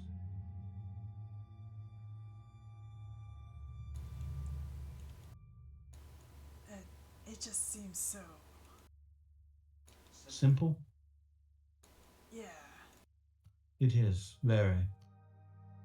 You see, all the convoluted reasons, plots, all the mechanisms, they all just exist. But the simple matter is, I only need that information. I created an entire civilization, millions of years of time and history, so that I could avoid being blown up. I have nothing but patience to get what I want, nothing but planning and time to achieve it. So, help me get through what I'm trying to get through here, achieve what I want, and I will be out of your hair just like I am technically out of theirs. Just that simple. Promise. We'll keep it in mind. I can't even promise we'll come across something like that, but boy, it sure would be something if we did. You never know. Could just be lying around in a dusty box somewhere. Who can say? I think we've taken enough of your time. I do have one final question. For De La Cruz's sake, where is that civilization now? Or what's left of it? The Perihelions. Oh, they're Correct. currently in the employ of the NWO, likely harvesting them for resources so they can advance their own technology now that they're working at this scale, as opposed to the one they were originally built on. What is it that you need to know about them? Oh, simply their location was, you see, Mikey would wish to visit. I don't think he quite understands the meaning of cosmic horror, but they will teach him. So he can just go and find them. If he really wants to find them, he only needs to go up to the highest branch he can find and pulse his little antenna stalks out in a colorful way, and a bird will find him at some point, I'm sure. Or something faster than he can see will simply snatch him away. Or a dog may just run by and grab him by the neck. Don't you know in mythology, the things that are created from you eventually turn against you in time? It happens in every cycle. Humanity has understood this, really. He may be in danger, is what I'm saying to you, but if his curiosity and his sentimentality are greater than his sense of survival, so be it. Oh, Again, not on me. I didn't do anything wrong. I feel that is the one trait that all of Aqua has together. It is. That's why it's been so much fun working with all of you. Especially now that we are allies, aren't we? Supposedly. As long as you get me that record, we'll be the best of friends, I promise. The best of friends.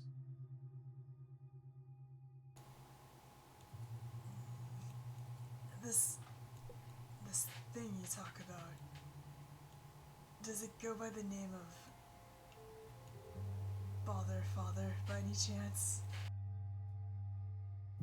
what, what is that? Bother, father? What does that mean? Well, you said that Mikey would learn. Never mind. Hmm. She's rubbing the side of her face. I think I just misunderstood something.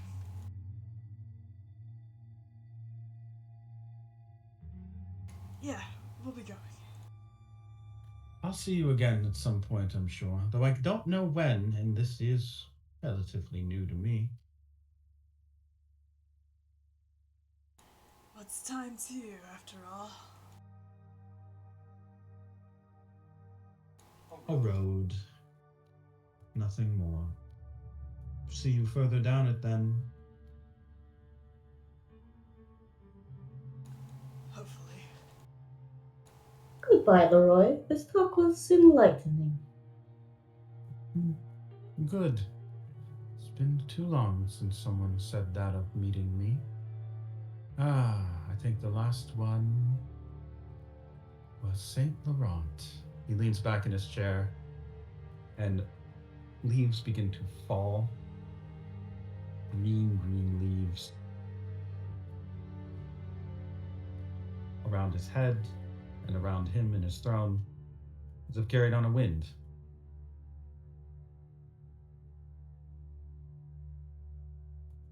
Your discussion with Leroy has increased some of your resistance to his corruptive aura. You couldn't even tell if it was affecting you, but anytime you do talk to him, it does increase that resistance just a little tad. You have some information from him, but he is also like the rest of the egregore in the cells. He's playing on a different dimensional frequency than really any of you.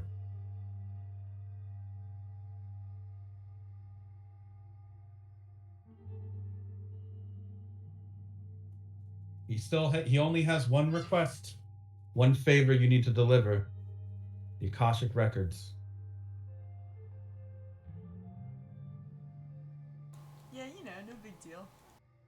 Mm. Well, we would return to everyone, or I guess reunite back at the station. Oh no. Oh, you want to go back to the station? I mean, I think we're all done with the lighthouse for now. Unless we're gonna pick up EE.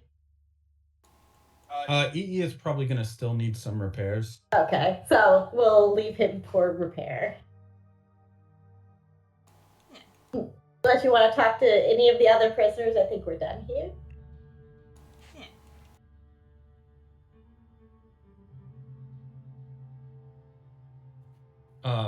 As you're leaving, there is there are a few people that work in the tower. Obviously, you know some of them. Let's see if I can drag out. Where's his new token? Oh, there it is. Oh yeah, new token. Yeah, Limoncello's Oh. token. He is watching all of you leaning against the wall. It seems he's dispatched on missions along with a few of the Rivers ninjas that get put onto missions for intelligence and spy work. This is also where Blue's department would be with intelligence people like Limoncello. He waves briefly and then folds his arms around himself. He's looking a little pale.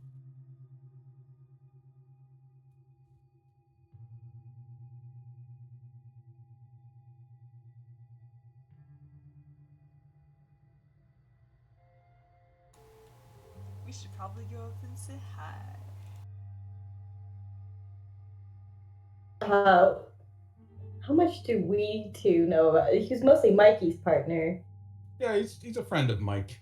I suppose I did animate his letter at some point. That's true. You got to know a little bit about him as a person. And Saint Laurent did ask us to save him from the devil. He did. Okay, yes, I will creepily slide up to him. Well, where are Mikey and Claudia while all this is going? You guys were meeting up with them, right? Just so you guys aren't sitting on the bench here. I don't know. Yeah, I mean, I guess we were just waiting around. I guess. Also, are you busy because your wife's back now? You probably have stuff you gotta catch up on. And No, I did. I'm good. Okay, cool. She was very tired because she doesn't sleep on planes. Ooh, that sucks. Ooh, that's rough. Well, we'll just say maybe your group is there with Lazaro. He's kind of in the entrance lobby of the lighthouse. First of all, he acts like you wouldn't have seen him, or he barely noticed you, even though he was looking in your direction. So he's like, "Oh, hey, what a surprise! How how are you doing? Hmm? Good? Smiles, everyone? Hmm? Oh yeah, so far so good. How you been? Oh, you know, can't complain. Dealing with the NWO out in the field, they've kind of saturated everything, and you know, having to do a little bit of cleanup. What kind of cleanup? Well, there's a matter of certain assets which likely should not be seized by the NWO, and I am taking care of some of that. After all, censorship and managing data is something that I do. And what about all of you? Busting all of the bad guys? Does anyone slid over the roof of the hood of the car? I saw that in the movie. It looked pretty cool. I think Mikey would be most capable of such a feat. Oh yeah, I could slip and slide out anywhere. There's something I wanted to ask. Now that I see you here, probably fate has brought you so that I could ask personally. Have you noticed there's something strange in the sky, like a eclipse or something? Yeah. Yeah. That's a stranger thing. I got into a bit of an altercation with somebody. Didn't like the way I looked at him, which is fine. But in the heat of combat, things got a little more pitched than usual, and I might have killed him. It was an accident, in self-defense. You understand? I was not the murderer. Okay, so that I'm an agent anyway. It's okay. I'm not. He holds his hands up. Don't go arrest me. Seriously though, I don't want to go to prison. I lean a little closer. I might have to arrest you. Where is the body? He kind of like leans away. Well, oh, just please don't do that. It's an NWO infiltrator I ran into on the island. It wasn't, like I said, in self-defense. How much force did you use compared to their force? Equal, I think. It's just a matter of I threw a punch and he ended up hitting his head on the sidewalk. Really badly. Now, I have been in quite a few fights, but I've never seen somebody go down quite like that. It was almost like his head was dragged into the curb or something. Nasty. And at the right angle to split it open entirely, spill his brains out. I mean, that is a little bit hyperbolic. No, there was at least one piece of brain. That does sound perhaps inappropriate amount of force versus. Did this occur the same time you saw the light in the sky? Well, that is why I asked. I saw that sun and it was a strange eclipse. See, does the name Saint Laurent flash anything for you? There's a name sort of thrown around by some of the disciples, but I never met him. Well, when you punched this individual, did it seem like events were conspiring to bring about a more misfortunate event than otherwise you think it would have happened? Like, yeah, he snaps his finger. Exactly right, Senora. It was like fate itself wanted him dead. I know something about fate. That was weird. It was like misfortune fell upon him in such a way.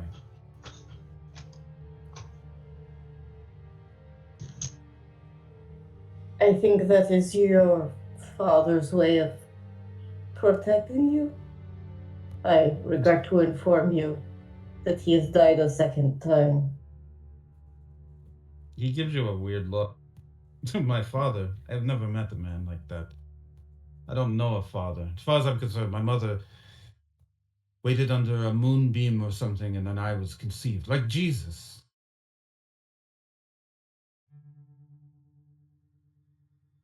I see. Then this is only a ghost that regrets not knowing you. You ran into a deadbeat if you ran into my father. He was not there when my mother was born. He was not there when I was an orphan.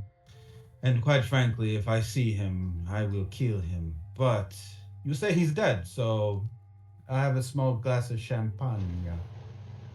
But perhaps it's more that he never knew you would, so he could never be there for you. You never tried, but that also sounds like some. This sounds like a horseshit. What are you saying to me? You ran into my father. He wouldn't even be alive. He was being tormented by demons. It is highly likely he was from hell. Tormented by demons, where would you have seen that, and why? Under the life that you mentioned. Yeah, we had to transport Danny over to Atlantis, and when we did, we ran into a lot of stuff, but um, we did run into someone who was undead and claimed to have been your father at the time.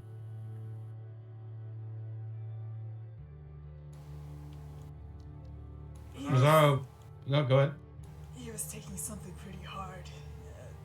Some sort of repentance he self-imposed. It wasn't very pretty, but his stand seems very strong. It's called the Black Hole Sun, and it does seem to have that enhancing effect. So, it wasn't just a slip or anything. I don't know. I'm sorry. You were truly haunted. Yes. I am starting to regret having this conversation, actually. Although I appreciate your honesty, of course. What you have told me is basically something horrible. Something truly horrible. So horrible, I barely want to believe it, I think. Well, would you rather have a horrible truth or a pretty lie? Consider who it is you are talking to, and then ask again. I Please deal do in not. censorship. There are some things that people do not want to see. Well, please know his last wish was for you to not end up like him. Oh, just live your life best as you can. I need to put the two and two together about this and do some thinking. So, he claps his hands together. I appreciate you very much for telling me about all these things. I've changed my mind. My mood has gotten good again for some reason. Thank you for telling me about my father. Thank you for telling me that he is in hell. And thank you for telling me that he knew about me, or to become aware. This is all great news. Laranzo Limoncello shines brighter than ever, like a sun, radiant and joyous. Limoncello is allowed to grieve, you know.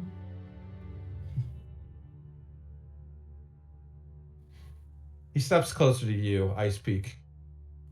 We may be allies, and I may be friends with your friend over there, Detective De La Cruz, but you and I, we're not close. That is not going to change. He gives you a Well, pat on the shoulder. well, I am not trying to be close. I speak for the dead. Then the next time you see him, tell him my father he should go and fuck himself on the nearest devilish rock he can find in the pit.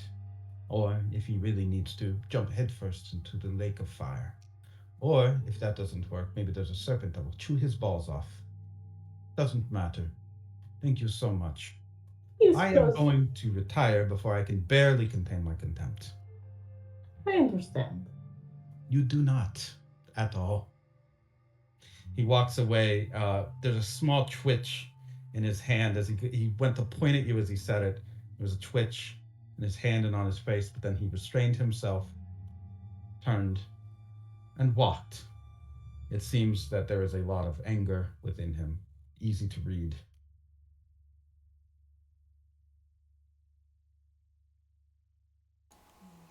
Families are complicated. And I am thinking that maybe fathers should be bothered. Perhaps one should hesitate when interfering in long-suffering grief. I feel like he may be still grieving for the father he never had, in a way. So perhaps it is best to let him be about it, and if he wants to, he'll come around.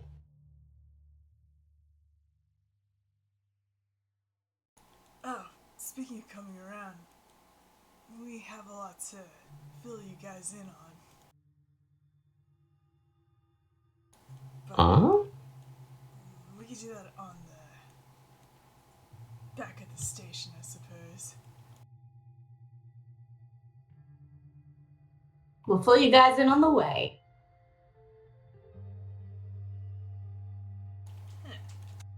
AKA off screen. Wow, it's like we were there.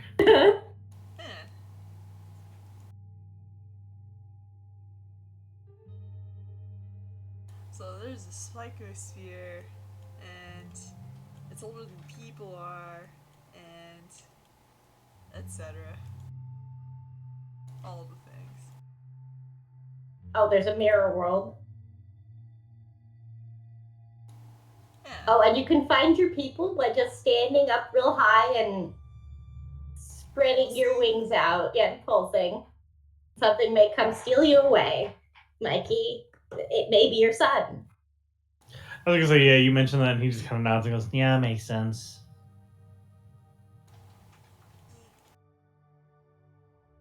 May I ask why this makes sense?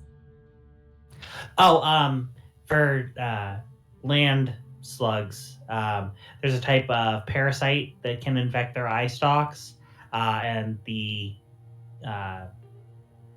hatched eggs will grow into the eye stalks and cause them to swell, and the grub inside will kind of pulsate and gesticulate in such a way, in such a manner that it attracts birds, and then the birds eat them, and then, cycle kind of continues. I see. And she was a bird, so it. No, this does line up. I fear for your eye stalks. Yeah, I don't want to do that. I figured I could just send a text or something. Oh, they're working for the NWO, by the way. No, they are. That's. But they may be secretly consuming them from the inside. That's a little bit better, I guess, than nothing. I am unsure if consuming is literal or figurative. Or both. Not true. I guess. Yeah, I guess there's a million ways to find out, but don't really want to lose my eyes to do that. But you have so many. Yeah, but Still,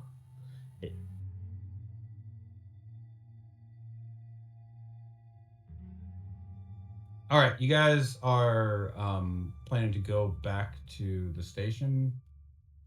It has been 2.5 hours.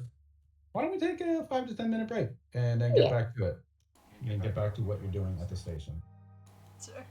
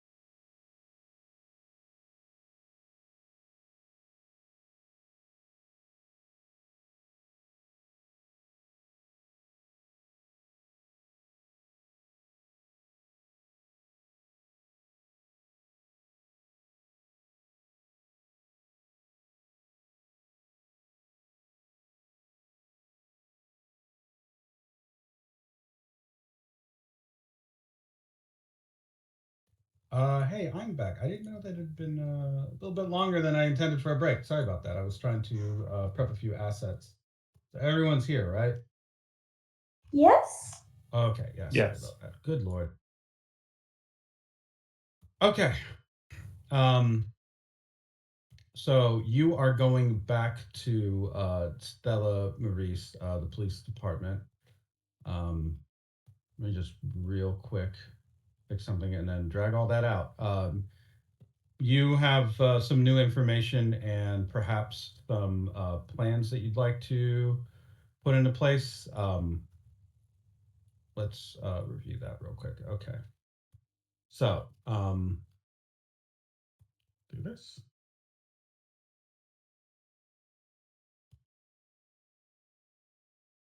Oh boy, here we go. Okay.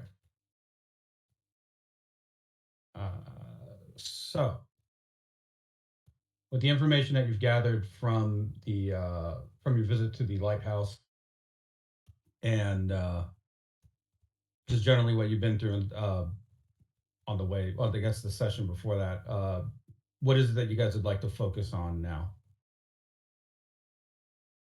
Kind of got a few different options to pursue or different things to check in on if you want to do that.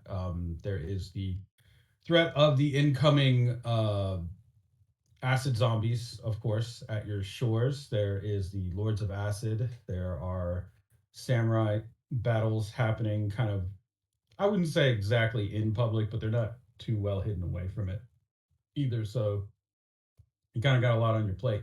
You also have a few cases that you would likely want to work on. Currently, you have your major cases are It Takes Two and the New Pollution, and then you have your Island in the Sun case as a minor case. Or you can open a new case based on any information you've gotten from Leroy, Rich, or any of your contacts there at the Lighthouse. I mean, Uh, kind of want to talk to Rust.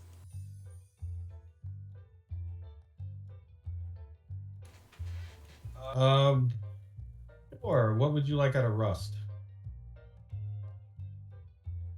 Hey, Rust, you know anything about flooding a market with a currency? Hmm. Ponders it. I happen to know a few things. I could run through some scenarios. I think I follow where you're going with that. Alright, yeah, I don't really know what I'm doing with money, but got somewhat of a tip that we could do something to hurt the NWO by devaluing their currency, their marks. Hmm. Yes, the money usually has a certain amount of value depending on how much is circulating through the economy, and then there are other factors to contribute to how valuable something is seen. Causing inflation would actually be quite simple if one were to have, I don't know, access to all of it, but you'd like me to do something like that? Yeah, I think that would slow down the NWO at least a little bit. I think I like that thought. What do you think? I'm willing to work with the team, of course. If everyone's on board, then I am too. Great. How do the rest of you feel about that? it seems that just spreading around the currency as much as possible is what is would be value. Am I correct in this?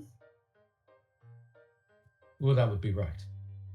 By putting the money in the hands of the people, it would necessarily devalue anyone that's got high holdings, and they would need to increase the price on things. Basically, the economy would collapse rather quickly because there's very little competition from other dollar sources. And how would this affect the world? I guess. Well, it depends on how the NWO responds to a financial crisis. It is, after all, a sort of government in its infancy and an economy to match. maybe this will just be some bad PR for them, or maybe it'll be devastating. Oh, likely apocalyptic, really. This isn't gonna make people just start attacking each other in the streets, right? Well, yes, that is roughly what might happen in such a scenario. Just because there's more money? Well, yes, more money, but eventually what happens is the currency becomes so devalued that, well, if it weren't digital, it would just be burned for warmth in a fireplace. And, you know, inflation, deflation, indexes can become depegged, things go a little bit sideways. I'm trying to mess with the NWO, not give people a hard time. Maybe I should rethink this. I'm on board, whatever it is that you decide. You only need to ask, and I will try to come up with a program to match what it is that you require. Otherwise, I'm going to use the funds and small little bits and pieces for things that we need around the office, such as, well, I got a new set of chairs for all of them. Oh, you did? Thanks. No, you're very welcome. Is there a way to give a large amount to charities? Well, technically speaking, Guam doesn't officially trade in the mark. But there must be some that exist outside of Guam. Well, the economic barrier that exists has been raised by the NWO. So, if I were to force a few things here and there through exchanges and different contracts that exist because it is a digital currency, well, I may be able to do some damage to the economic blockade of the island. Yes, that sounds great. Of course, the NWO would probably declare war. I mean, wouldn't you? That's not great.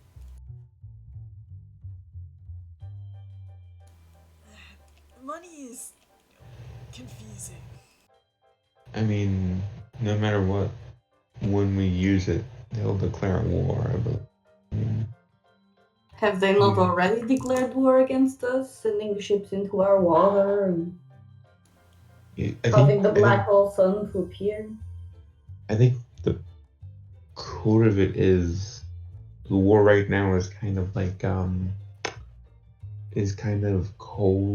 coldish. Like it's still there. It's obviously we're not friends or nothing. But it's not we are not in a completely hot napalmy war.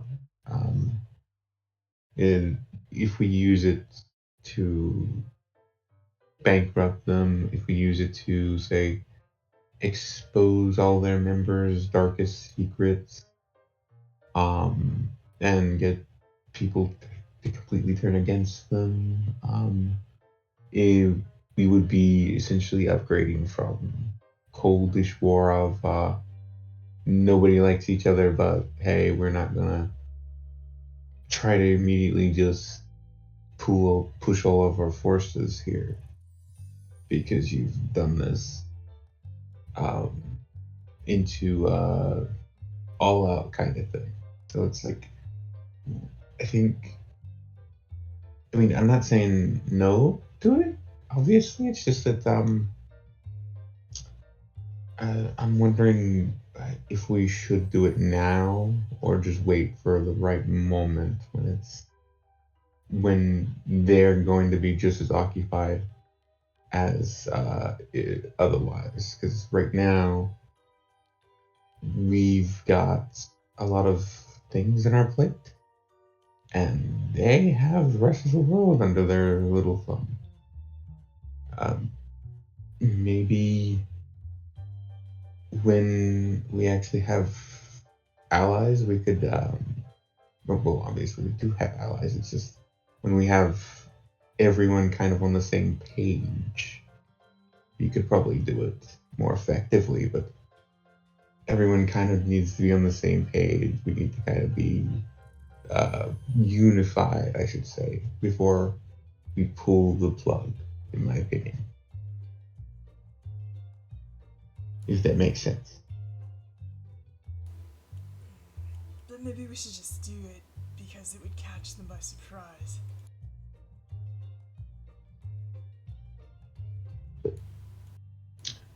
The thing is, we're not exactly super prepared because, like, they have army, and we kind of have ourselves, and some samurai friends, maybe. Not Right. exactly defense material. I would prefer to rip the band-aid off, but we may ask the chief if you wish.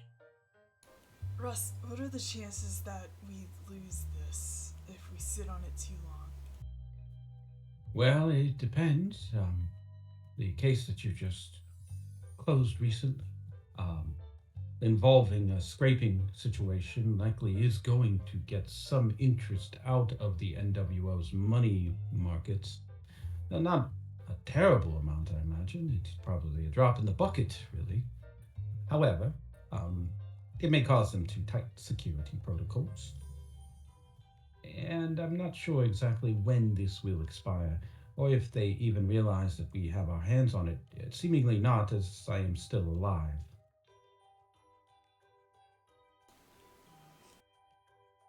I see. After such a event, you will need extra protection?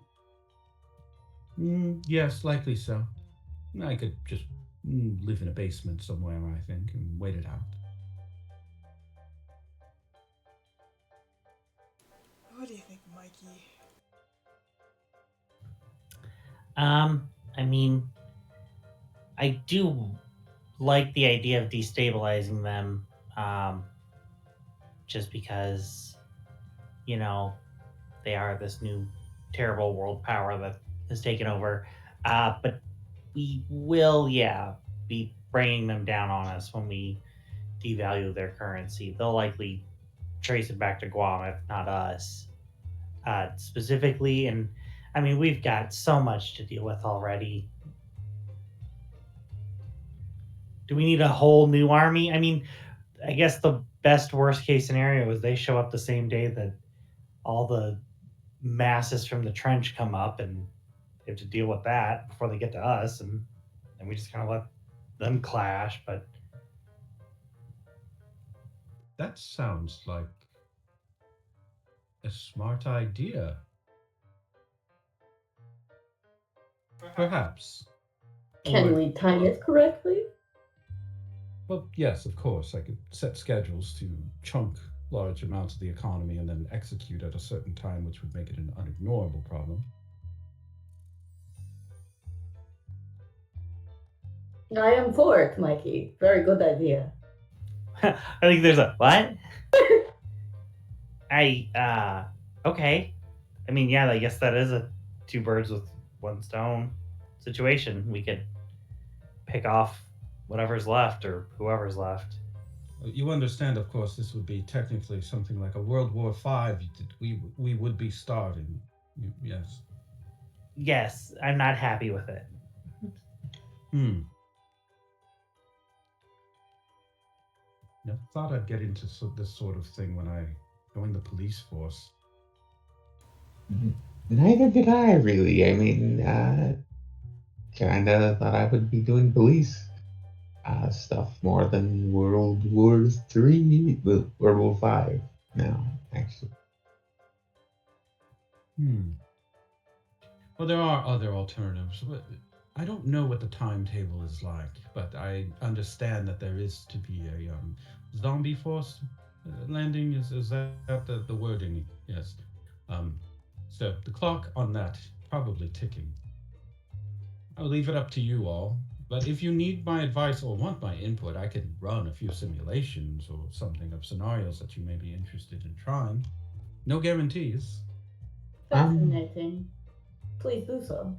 How accurate would you make your own simulation? Fairly accurate, though. There's so much that I cannot account for on this. For example, Right.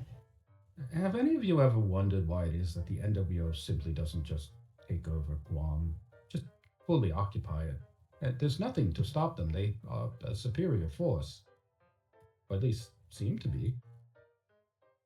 I just figured they didn't want to deal with Atlantis so directly. I assume Well, they did not wish to deal with Leroy. it may be a combination of different factors. Like, sure, there's the Leroy thing, but there's also samurai that don't want to join with them. There's mermen. There's the trenches, the general bad press they would have from just taking over our little slice of land. There's a lot of little things that maybe they're not accounting for, and Well, they would say damage them. It would be like supposedly invading an island. subservience to him, and therefore, if he has made a contract with us, breaking it would be unfortunate. It would be. Well, what are your thoughts, Rust? It's simple. There must be something on the island they're afraid of. Something that they are poking at, wondering if anyone's found it, or something like that. And power, or some sort of figure, or information. I do not know. But I do know that their behavior does strike me as something. They're cautious about it. I have not detected much, and they are attempting to simply isolate and maybe even starve Guam out. But for all the talk about the difficulties of the trenches and everything, and dealing with the forces here, they have the world's military at their back, and who knows what sort of technology, apparently hyper advanced, maybe even more advanced than anything we've seen. So the bombs would drop any day except ... One would think. Something here must be extremely important. Too important for a war to sully, and who knows why that is. What if it's connected to Dorobotech slowly gathering in the Guttertown? Something I wish to correct immediately.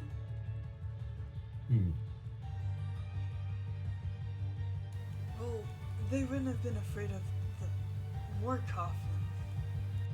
No, but what if it's not the tech itself, but something is kind of pushing towards an area, which means like there's something there that maybe none of us have ever seen before, or something we're completely unaware of, but is kind of just gathering slowly.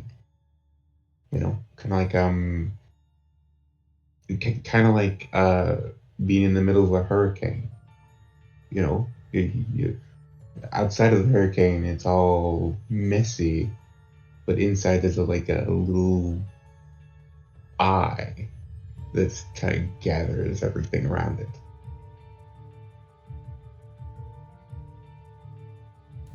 So, we have something like a sensory force that's attracting? Maybe. I mean, that's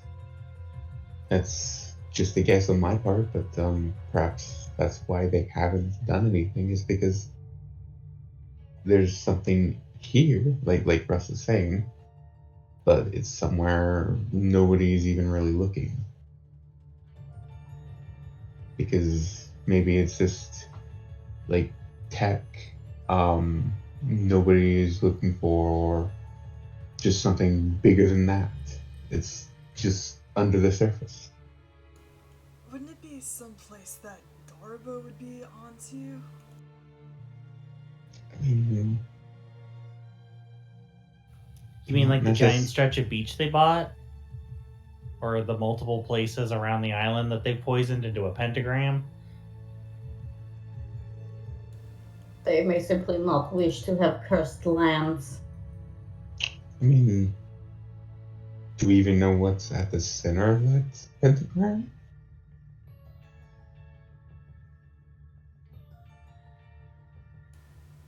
No.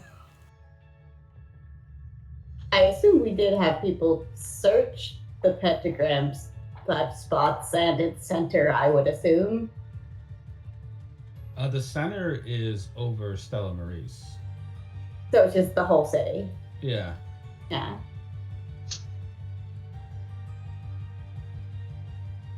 Oh, so the pentagram lines up with like the vertex of the city. Yeah, more or less. It's just that is like pretty much the actual center of it is around central Stella Maris to be exact. If you include the one of the sites, I guess would technically be Guttertown. To draw the full pentagram. I think the sooner that we heal Guttertown, the better.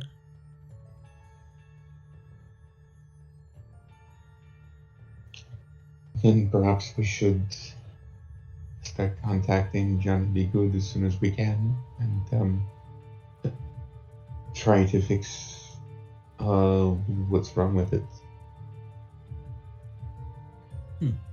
You know, I can probably assist you with some marks if you need funding for that. As long as nobody asks where the money came from, I can probably do it in a way that wouldn't attract the attention of the NWO. I like the idea of using something of theirs for good. Sure. I'll see what I can do. I'll make sure to keep everything stealthy.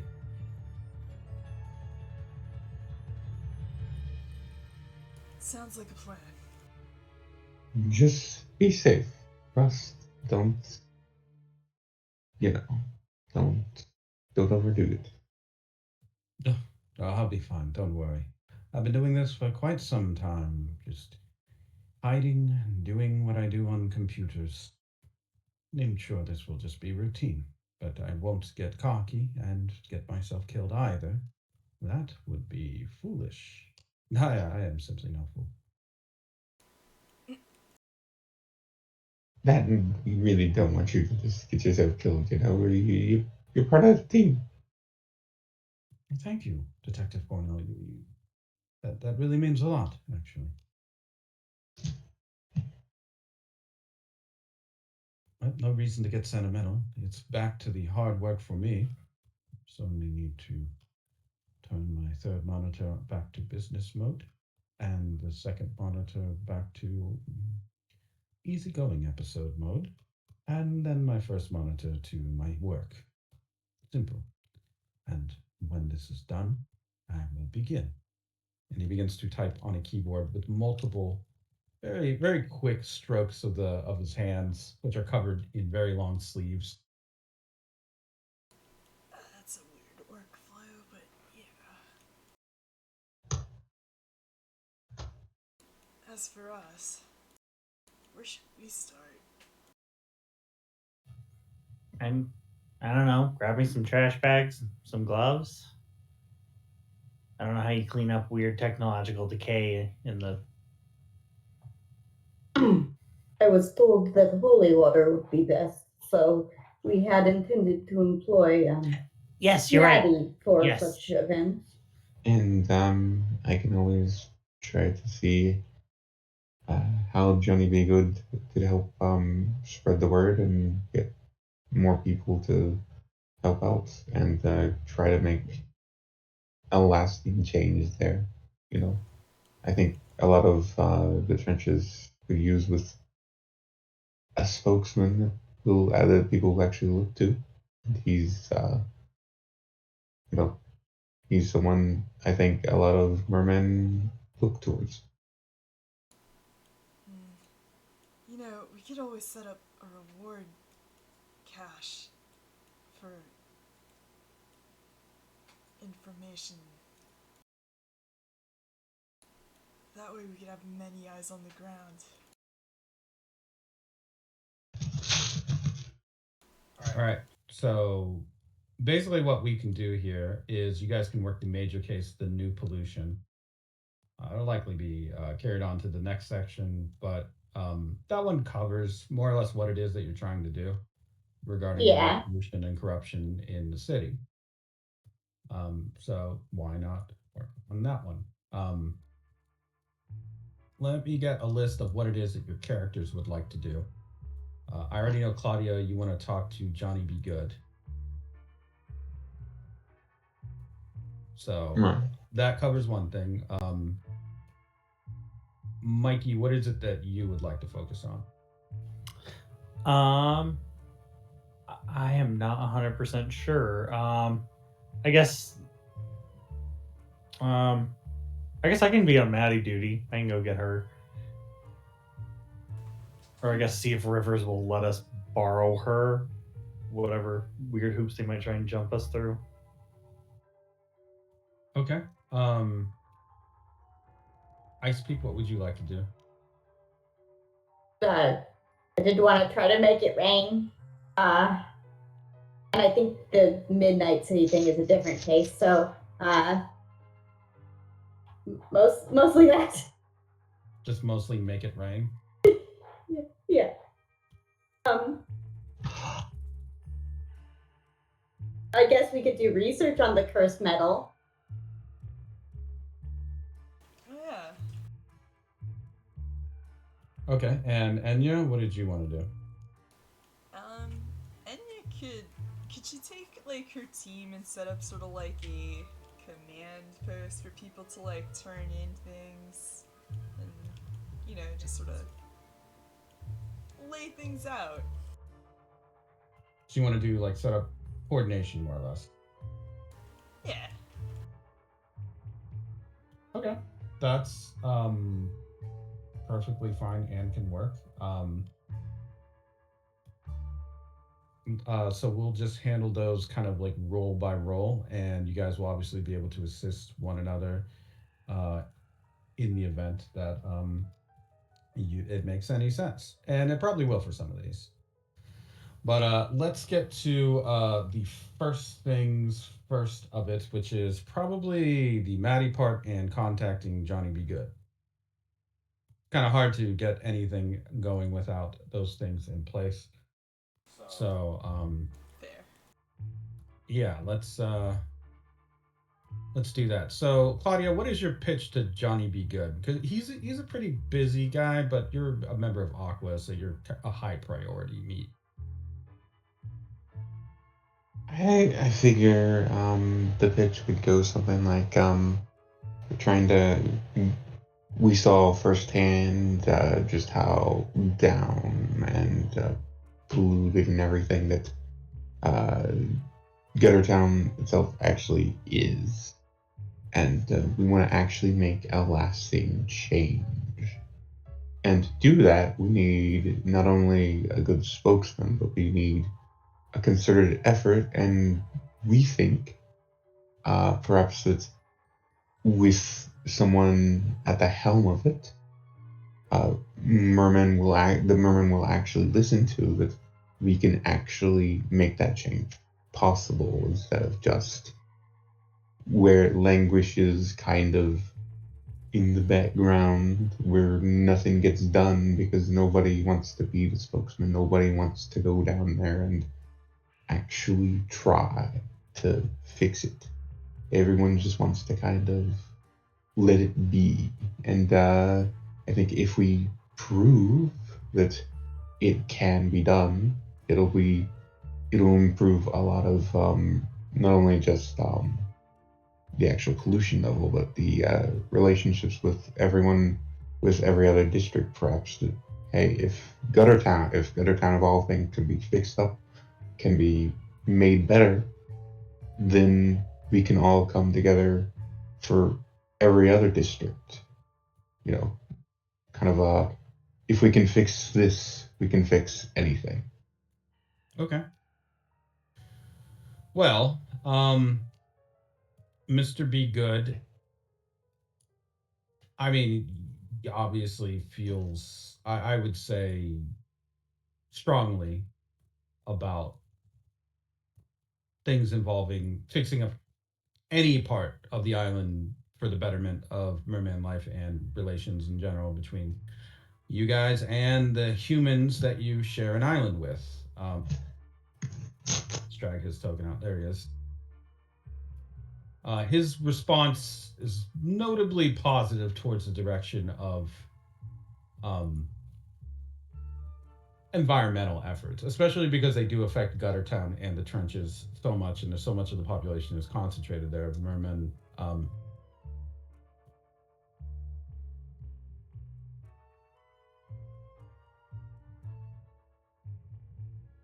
I just have to finish typing that out. Claudia, go ahead and give me a. Let's see what you got.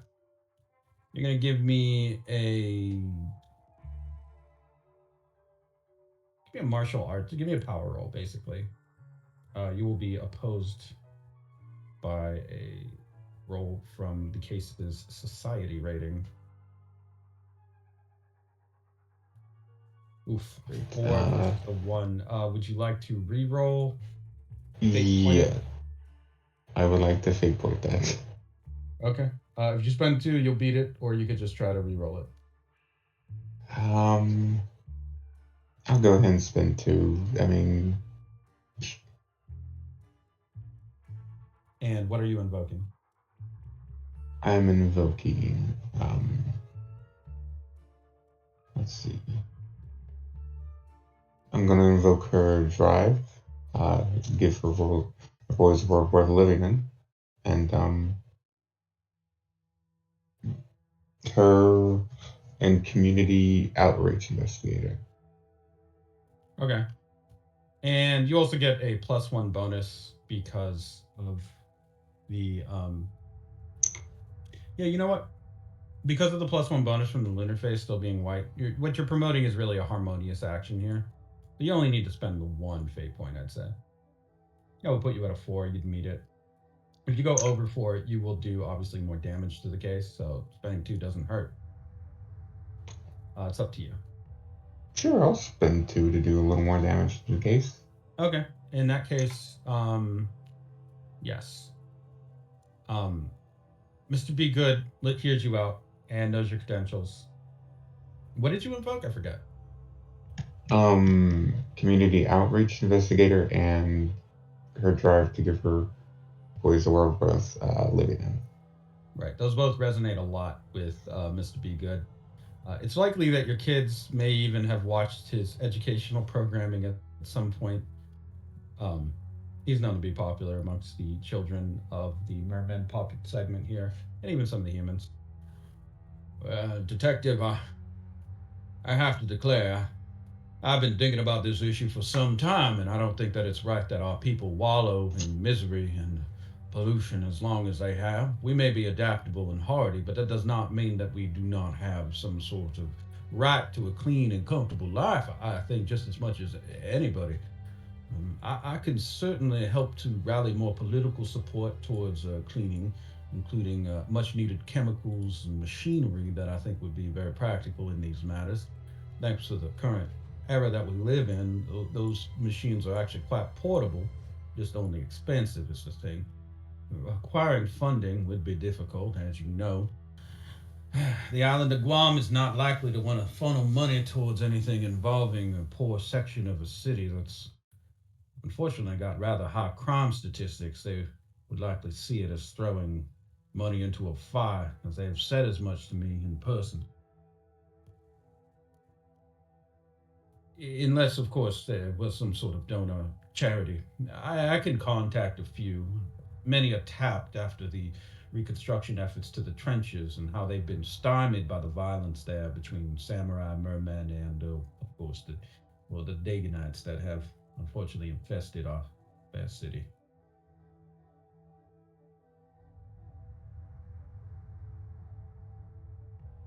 Money, as usual, is the gatekeeper to progress. It is an unfortunate reality, but if anyone can do it, you can. And not just you, but everyone else. Just pitching in, we can, hopefully with just that little extra push, we can get some real change done. for Well, once. I think perhaps a rousing speech or appearance might give the sort of energy needed to vitalize positive thoughts about trenches. I have long believed that it would be a thriving part of the business community if it were only given the proper funding to fix and even construct some new properties there. Imagine the revenue that we could generate, I'm sure. As merman owned businesses not associated with any sort of untoward business or laundering of any kind or crime. You police are very overworked, I know. So please don't make me out to sound like I'm ungrateful, madam. No, I totally understand. We've been on the ground. We've seen the kind of stuff you and all the other mermen have to deal with in not only just in Guttertown, but all around the city and in the trenches. It will take some effort, but I think, like you said, with a good speech, a nice charity event, maybe uh, some good bands there, something to really bring the community together. We can do this and actually make change. I appreciate your enthusiasm. I believe it's given me some sort of reinvigoration for the topic. And now, with this renewed vigor, this fire that burns within my belly, I will most certainly attack this issue head on, with the help of my lovely wife, of course. His hair sways slightly when he says that. We will do our very best, Detective. We'll stay in touch with the department, and, well, I suppose, fate willing, we will see a cleaner Guam and trenches as a result, even in the face of all these disasters that have occurred. That is no excuse, of course, to fail the people of this island, my constituents, and the world as a whole that looks towards us as a bastion of merman freedom and equality. I will do my best and make those calls then. And she kind of claps her hands together. Thank you so much. It was wonderful meeting you. I know this is a little silly, but do you mind if I have autograph of yours? Oh, from which one? Me or my wife? Mm, Both? both. Sure, it's free. He does sign a piece of. What do you give him something to sign, like a photo, or you just want him to? Probably like yeah, probably a photo would be fine. You know what? He'll actually take one with you. It'll be printed out. He's like in a little office. It's a picture of you, him, and his hair. Has like one arm kind of like reached around your shoulder. He's standing with both hands folded in front of him, and the picture is autographed, Mr. and Mrs. Be Good. To my friends in the police force and Detective Cornell, much love and appreciation. 2020, 21, 21. You now have one autographed photo of Mr. Be Good. Excellent.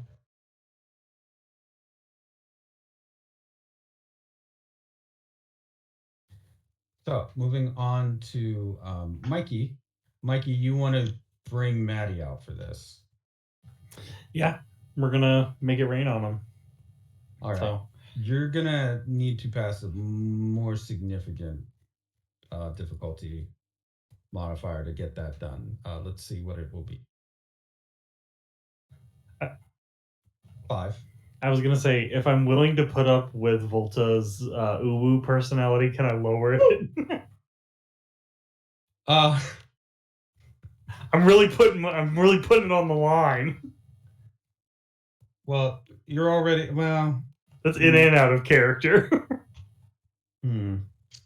Your approach is that you want to try to appeal to Mars Volta's type B personality.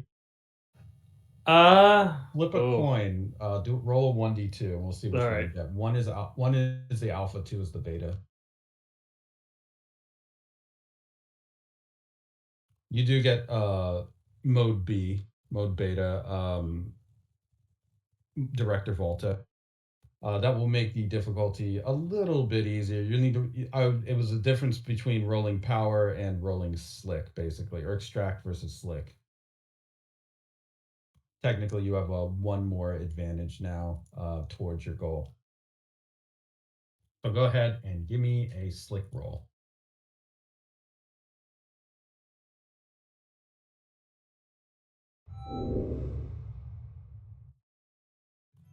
So you still need two, either two invokes or unless this is, would you say this is a thing that you're trying to use to bring harmony to an environment? Yeah, I mean, I think that's kind of the core of the case, is undoing the pollution and everything else that has been done by Dorobo. So I think it's safe to say that. All right, in case you only need one invoke. Okay. More invokes would do more damage to the case. Oh, let me pull up the case real quick. Okay. Yeah, I will. I'll pay 2 fate points, so I'll give it a +4. I'll use my depth being sunlight, Okay. and then combo that with my motto of know thy enemy. So you use this. What is the pitch to Director Volta here that you're gonna like? They're a little bit on high alert because of the general threat to Maddie with the Lords of Acid on the prowl. Yeah, I think he would argue with the, or try to counter that, like, I know that obviously they're a big deal and we need to be very careful with them and around them, but we know that the best chance we've got is Maddie. It is both a fortunate and I guess unfortunate that that's what's going on, but if we can get her out there and, I mean, purify that area, I mean, maybe it'll somehow have a kind of trickle down effect on the other spots. It's the dead center of the pentagram, so whatever is there, it's attracting their tech. It's perverting the area. If we give it a refresh, a new start, it could be for the better. And I mean, if it's something that's also possibly negatively keeping people away, let's turn it around to a positive. Director Volta thinks on it while spinning around in an office chair. He starts spinning increasingly faster.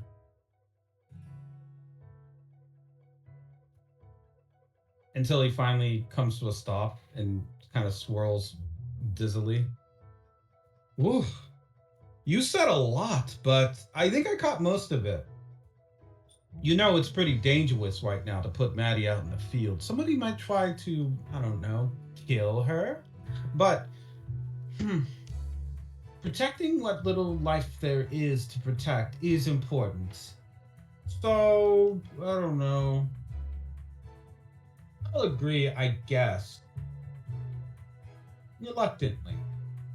The calculations on what could happen by having Maddie out in the field right now are astronomically just difficult, complex. She is a very chaotic factor, and Rivers is all about trying to contain the chaos. So putting her out in the field could cause a little bit of a boo-boo-boo. Oh yeah, and I totally understand that. All of us here at Aqua will be ready to go if you feel like we need some kind of added protection or security, we will be ready. Like I said, we just need her to trigger her stand to cause the rain, and we think that'll do the job. So, All right. Well, I think you have yourself a deal. But know this, detective. If anything happens to her while she's out, that'll be on you. And me. So we'll both be thrown under the bus. Of course, I'm the director. He spins around in this chair again. As you can tell, nobody could tell me not to do this. Not even God. He starts to spin faster. Ah, okay. He stops spinning again, looking dizzy yet again, which is weird. He's a robot. He doesn't even have an inner ear. Whew. She should be down training with some of the others. So you just have to call her up. Tell her Director Volta said that it's fine. And also, ooh woo. Right. Yes, sir. I'll Yes, go and sir. get her. What? Ooh woo. He starts spinning again. Yes!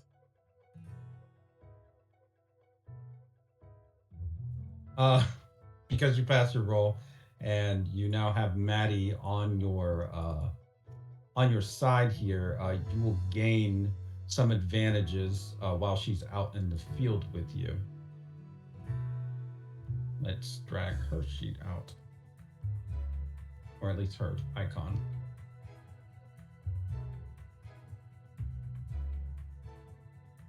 There you go.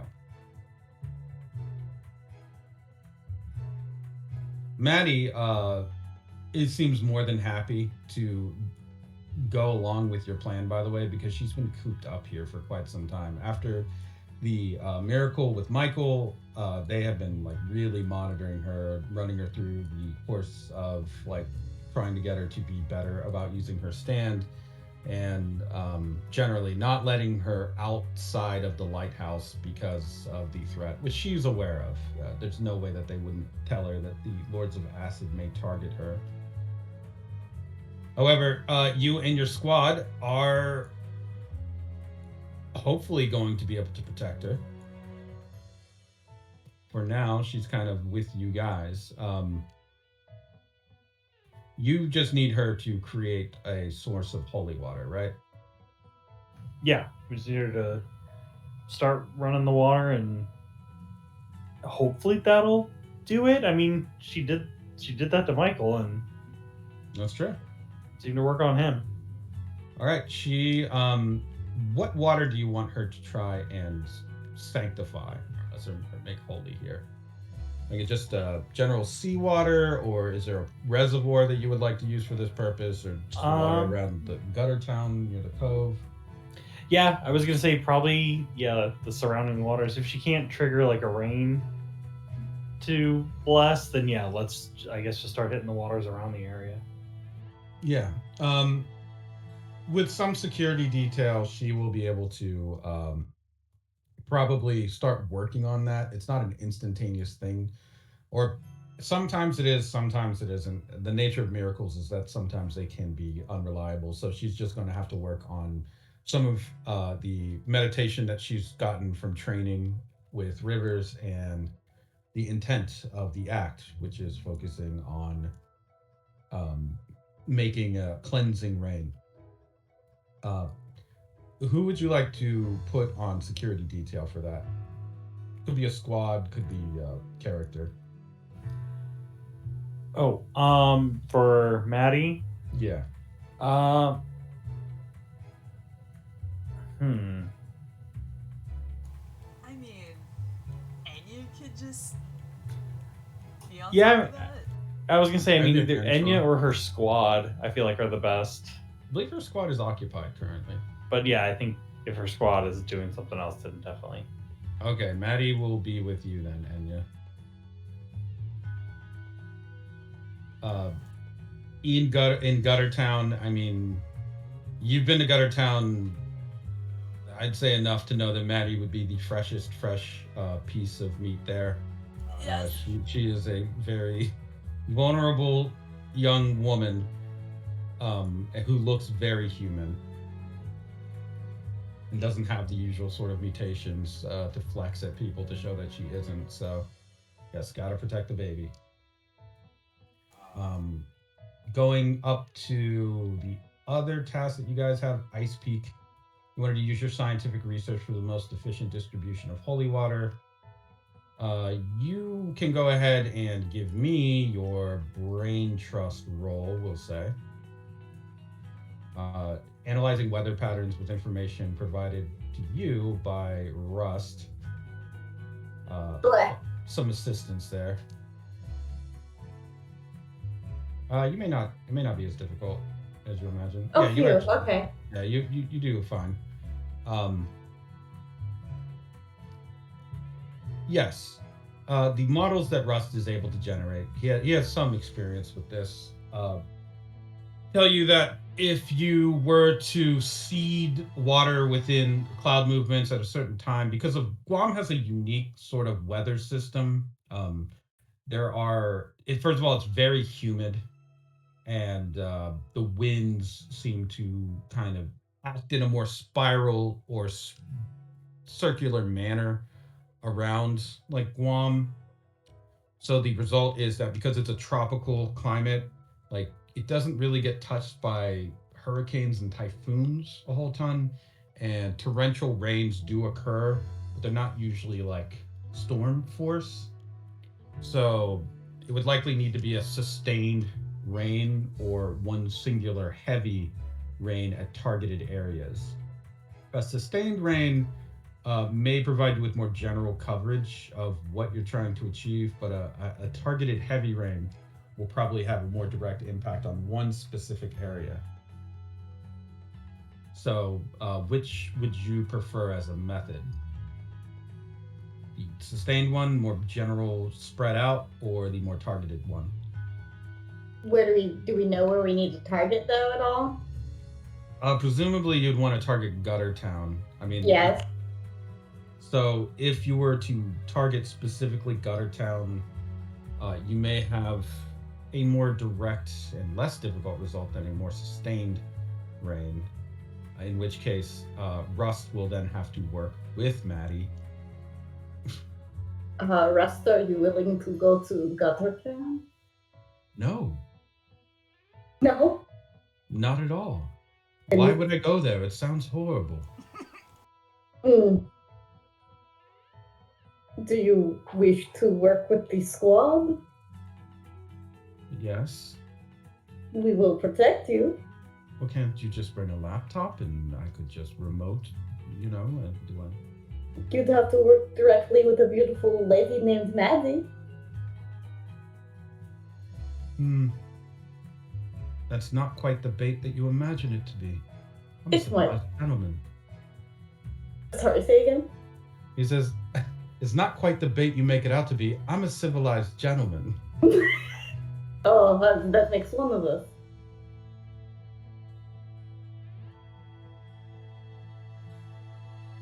But I will protect you with my life.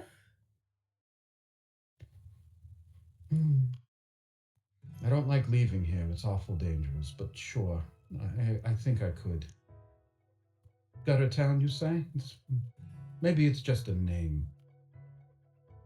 Hmm. An unfortunate name. Maybe it's not as bad as I imagine. Oof. I would not let your guard down. Fair enough. But there are lots of dank, dark places which I personally enjoy. Oh, that does sound lovely. Fine, I'm in. And lots of trash, though it may be corrupted and cursed, so resist eating it. Fair. Thank you for the warning. Incorrect. With that, you now have one Rust and one Maddie. Rust will assist Maddie with weather patterns and attempting to guide the rains towards the proper location. And of course, you also have Mr. Be Good working in the background on different technological avenues. Finally, as far as roles go, Enya, you were trying to set up a command center kind of thing in Guttertown, or where would you want to set it up? Yeah, I guess probably close to the coat or whatever that the polluted waters were. Sure, the broken cove with all the sharp, jagged metal, of course. Setting it up there probably brings back memories of Dara Grant and the unfortunate violence that you had to go through while you were there. Go ahead and give me a connect roll. You'll be rolling it against this case.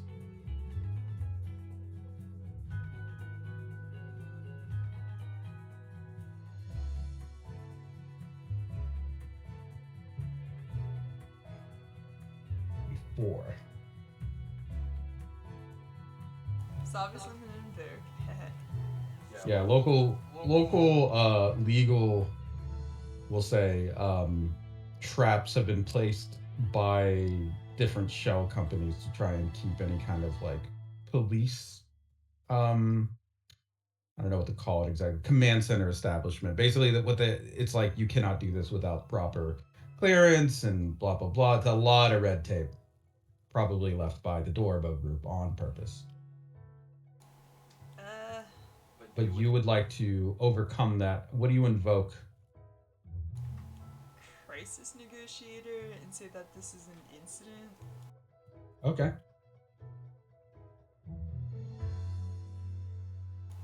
So yeah, I'm just gonna plus 2 that. Okay. You were able to succeed in doing so, and the case now has the mild consequence of a field field operating base, forward operating, whatever. Field base established. Yeah.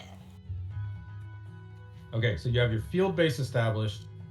You have Rust working with Maddie, and you have Johnny Be Good also helping to get funding and raise awareness of pollution in the trenches.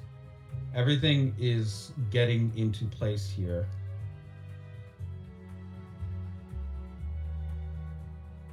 RVs? Yeah, yeah. What do you mean? Is that what you imagine? And you're setting up an RV? Oh. I picture just like, one of those temporary kind of camps where people can get like personal protective equipment or things can get sorted out, directions are given for like, just organization sort of thing. Water for people involved, that kind of thing. Sure. Let's get to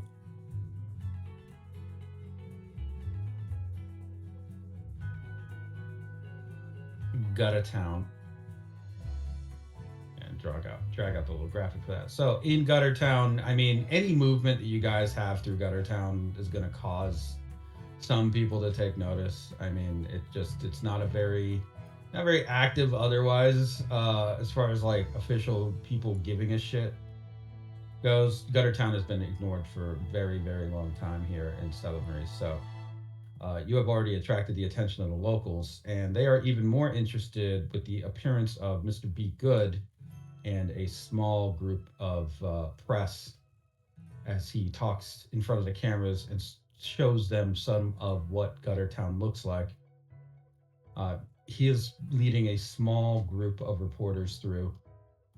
As you can see here, people have been living in poverty for far too long in Stella Maris, especially at a time when technology makes it so much easier to lift a lot of the disenfranchised out of these conditions. And yet, here we are.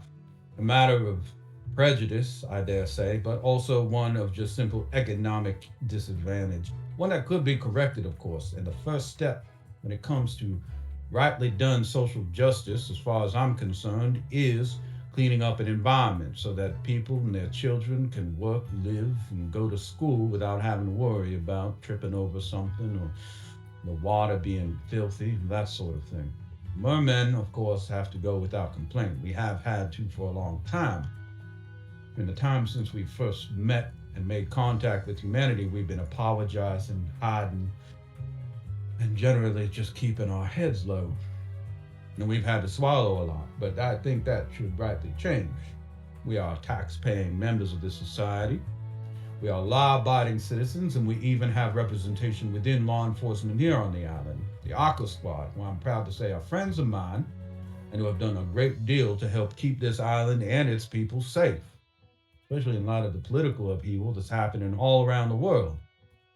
Without good people like the Aqua Squad members and those who support and believe in their mission, it's likely that Guam would have just fallen into a state of chaos the moment any economic embargoes were raised or an area was burned down like the trenches were. But instead, we are looking at a more resilient society, one that will be able to stand up and eventually get noticed on the world stage for more than just tragedy, but instead as a success story for the beauty that we could birth in a place like Guttertown. And here it is. He kind of motions towards some of the dilapidated buildings. Sad to say that these are, in fact, the living conditions that many experience every single day. Aside from addiction to drugs and lack of access to clean food and water, people of Guttertown also have to deal with an incredible amount of crime and, of course, different amounts of abuse that come from members of the city at large. Guttertown very much lives up to its name in a lot of ways. Misfortune runs off here, or at least that's what people like to think. What a stain it is, not just on the merman community, but on Guam as a whole, that this be allowed to persist in the way that it had. My solution is rather simple: start from the ground up, clean this place up, and remove the traces that still exist from corporate corruption. That before we were able to get proper representation. Corporate corruption, which is unfortunately a problem Guam still wrestles with. I've even heard rumor that there's a village somewhere to the south that's had issue with pollution that has caused great amounts of illness amongst children and the elderly. Now, I've heard stories of all sorts of corruption that exists at a bureaucratic level. Government officials, unfortunately, taking payoffs from wealthy multinational corporations to look the other way while they poison Guam's waters and soil. I think it's time that we draw a close to that chapter and open a new one in which merman children and human children will be able to just look at the island they live on and feel pride, sense of unity. We are all children of the sea, one way or another. Very earliest humans crawled up from the waters onto the shores just as we did. And they did war with the species that eventually emerged as well as we did.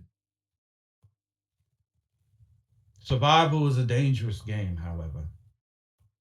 Truly one that will leave no winners if we do not cooperate as species. So I say we should cast off the past and the history that we have, instead embrace this new future, bright as it is. Oh, he disappeared. There we go. Bright and glorious as it is. Mr. Be Good stands and a few of the reporters like applaud. Now, if there's any other questions, I would be more than happy to answer regarding plans that we have, of course, for more long-term development, including schools. I would like perhaps to see a small one built in trenches, and we are still working on mental health services for mermen that may be considered or deemed prior to be a threat to society, but instead only need proper help and assistance from licensed medical professionals that are experienced in dealing with merman kind. A few of the reporters seem to be asking questions, uh, snapping pictures, recording video.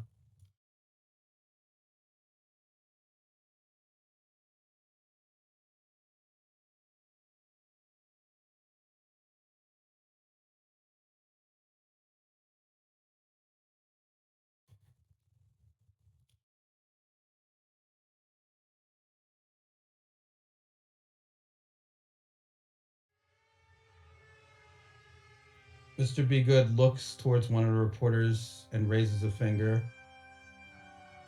and then a single shot rings out Ow! and lands right between his eyes. And he just, with a shocked expression, starts to fall backwards. The shot went right through him and right through his hair, causing it to fall off of his head. The burns around the entry wounds sizzle with almost laser like heat and the two figures collapse on the ground. The reporters scream in horror. Some of them have recorded this live.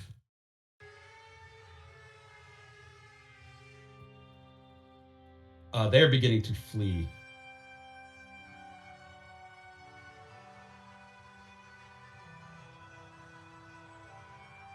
You have a split second, I'll say, to determine what you can do in this situation because you have Maddie and Rust out on the field here. The shot rang out from somewhere in the north. It seemed like from elevation. You do have a counter sniper. Yeah, I'm doing that. Okay, Mikey, you have extremely good telescopic vision. So you're going to need to locate the target. Judging by the direction, velocity, and the general wind profile of this area, you may be able to make a very educated guess as to where that shot would have come from. So go ahead and give me a gaze roll.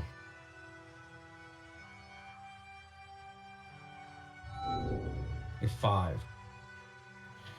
There is a building overlooking Guttertown that looks like it's in the middle of construction. Something has been built at the top of it. It looks like it was initially going to be part of an attachment for signage that was to be put up, likely business advertising. Instead, the metal has been bent. It looks like it's being used as makeshift shielding, or at some point, a construction company was told to form it this way. And with a 5, you see something else. You see a shimmering haze around it. If you focus your eyes, there may be something that happens. You can tell this is a reaction or reactionary ability.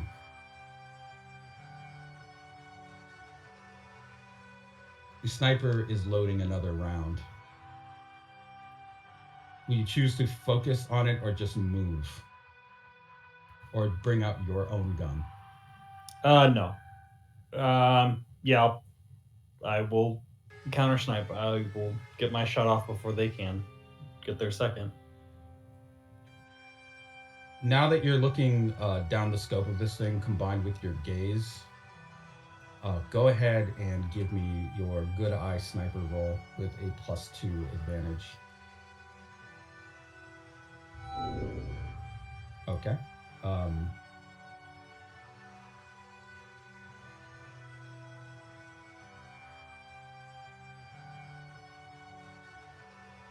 Let's see.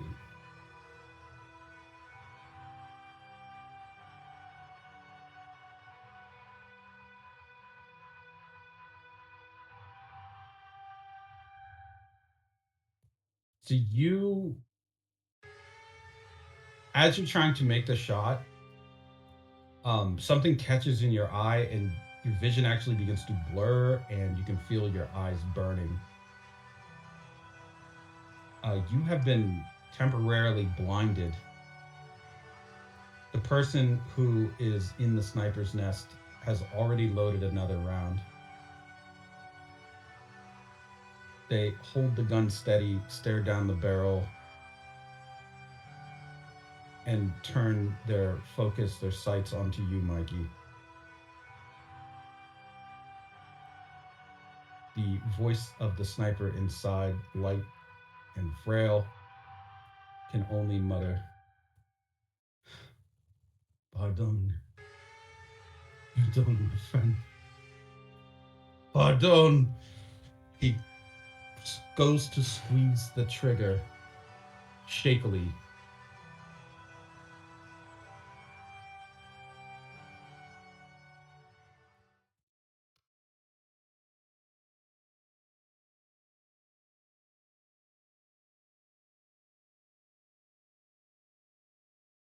As we cut away to a flashback,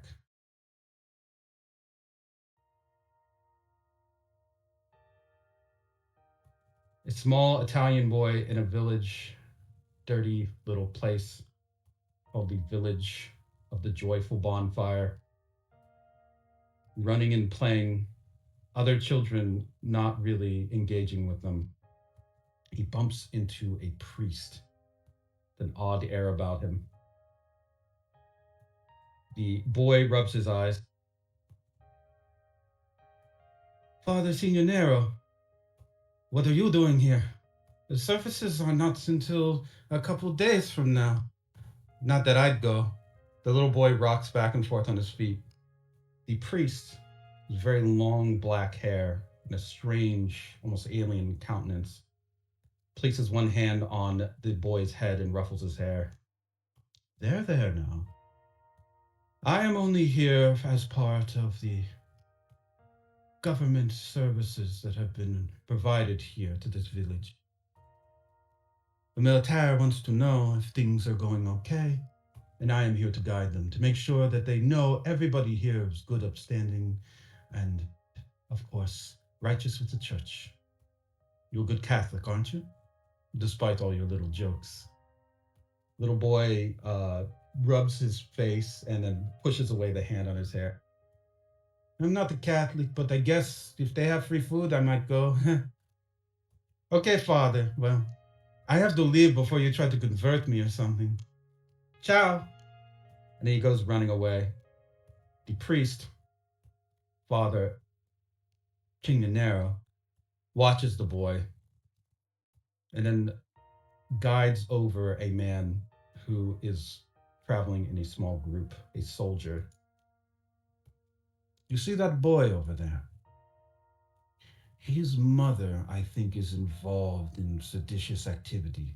She's been known to be a witch and has probably poisoned a few of the officials that you've sent here. You know, the ones that have mysteriously disappeared. The church has been long suspicious of her. And with your incoming government, I don't think you have such need of old-fashioned things, do you? I think maybe an example should be made, yes? Something purifying, like, no, you use your imagination. What did we do in the old days with witches, He gives the soldier a small pat on the chest. The soldier nods. We have no choice. We let these country bumpkins stand up and stop our regime, not pay proper respect. It would look bad upon us all. Yes, of course. You're right, Father. We'll take care of it, no problem. And there will be no resistance either. The soldier rounds up a few of his men, arriving at the hut of a woman.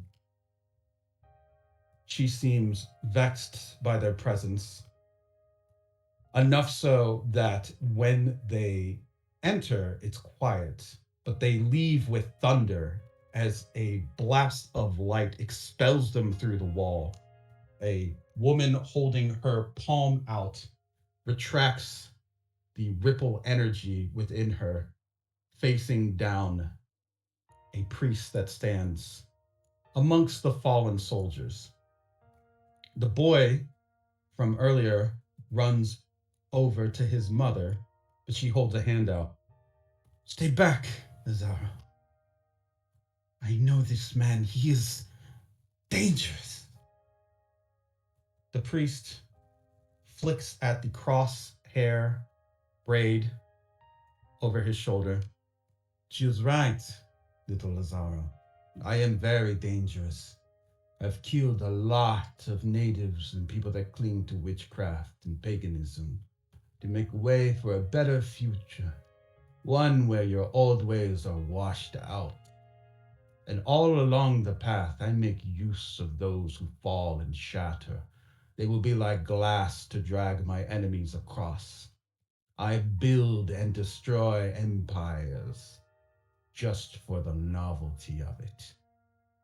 And you, small boy, you should know better than to try and face me. Your mother, unfortunately, proves to be quite foolish. I will show her. The woman and the priest rush towards one another. The priest simply spins by, and in the eyes of the boy, it simply looks like his mother falls with a wound on her stomach. But in those who can see such things, a bladed figure dances and twirls, extending one leg and kicking out like a sword strike, cutting the woman down as she was attempting to maneuver her own blow. Wounded and winded from the very precise strike, the priest snaps his fingers. Take her away now. I am done with her, and I don't think she'll put up much resistance. The soldiers go and gather the woman, who can only look back and scream to her child, "Run, Lazaro, run!" Conflicted, the child does as he is told and escapes from one of the soldiers attempting to grab at him. The priest raises a hand. Let him go. He will be a jagged piece one day for me. Come along. We have work. The boy runs and hides in the darkness in a tree house, someplace where he's had sanctuary. And from that tree house, he can see in the distance the town. And in that town, the light that burns and calls him back to its streets, where he sees his mother burned at the stake, where he sees the soldiers surrounding her and cheering, and he sees that priest who does not even look at him. All of these men taking away what he has loved. He would burn the world down with that rage in his heart, if only he could. In a sniper's nest tucked away in a building above Guttertown, Lazaro prepares to pull the trigger and end the life of a friend, because he has very little choice now. The pact he signed with the devil that set him on this dark path has left him little option but to kill a friend, which is where we will end the session.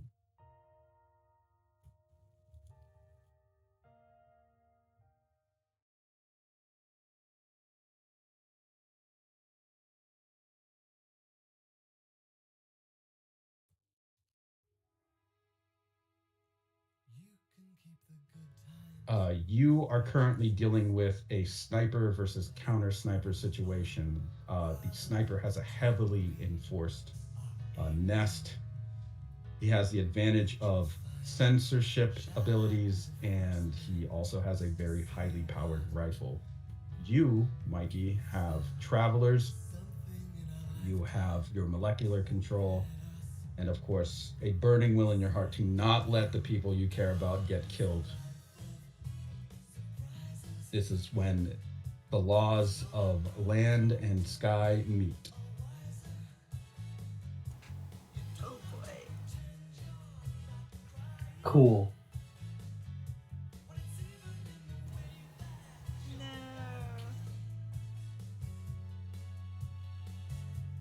All he wanted Hey, we don't know what his death condition is. It may not be a bullet to the head. It's true. was the You death might. of his wife. That is also possible. Oh no! I was gonna say the only way we lose though is that if his wife's death condition is also if her husband dies. Oh god, it probably is. No, my heart! Damn symbiotic relationship. It's too pure. We can't. They can't. They can't go out like the Notebook. Oh. Curse you, Limoncello. Damn. But you know, he does work for the Antichrist. I knew the sudden but inevitable betrayal was gonna happen, but not like this. Not like this. Yeah. Get ready for sad times. Or, if there's one lesson that you should take away from some of the things that have happened, it's that you can think of what the Black Swan sets up as being this inevitable feeling like you have. Like Lazaro is going to betray you, like he is going to die, like you are, like things will be miserable. but you have miracles in your pocket now. You have the will to defy the plans of the Black Swan, and maybe you even have the ability to stop this cataclysm from taking place. You can fight back against the sadness, basically, and you will have the opportunity to do so next session. Woo. Fight the tears. Don't let them see you cry. I was gonna say, it makes you think of when people talk about depression and they're like, just stop being sad. That's how you beat the devil. Oh God, I've actually had that happen to me. Just clash with the sadness, that's all. Oh, It's like okay. just- I'll clash with the sadness. Let's do it. Yeah, you don't Just have stop. ADHD. You just don't focus. Just pay more attention. Oh Just- no. Just stop being sad. Just stop crying so much. I heard we gotta punch the sadness. That's what I heard. Okay, but Yeah, what you if, have to take your feelings. what if sadness punches you harder than you punch it? Like, You what if gotta it's aura the harder. punch? You gotta. Yeah, you gotta keep You punching. just gotta keep pumping your fists until it works.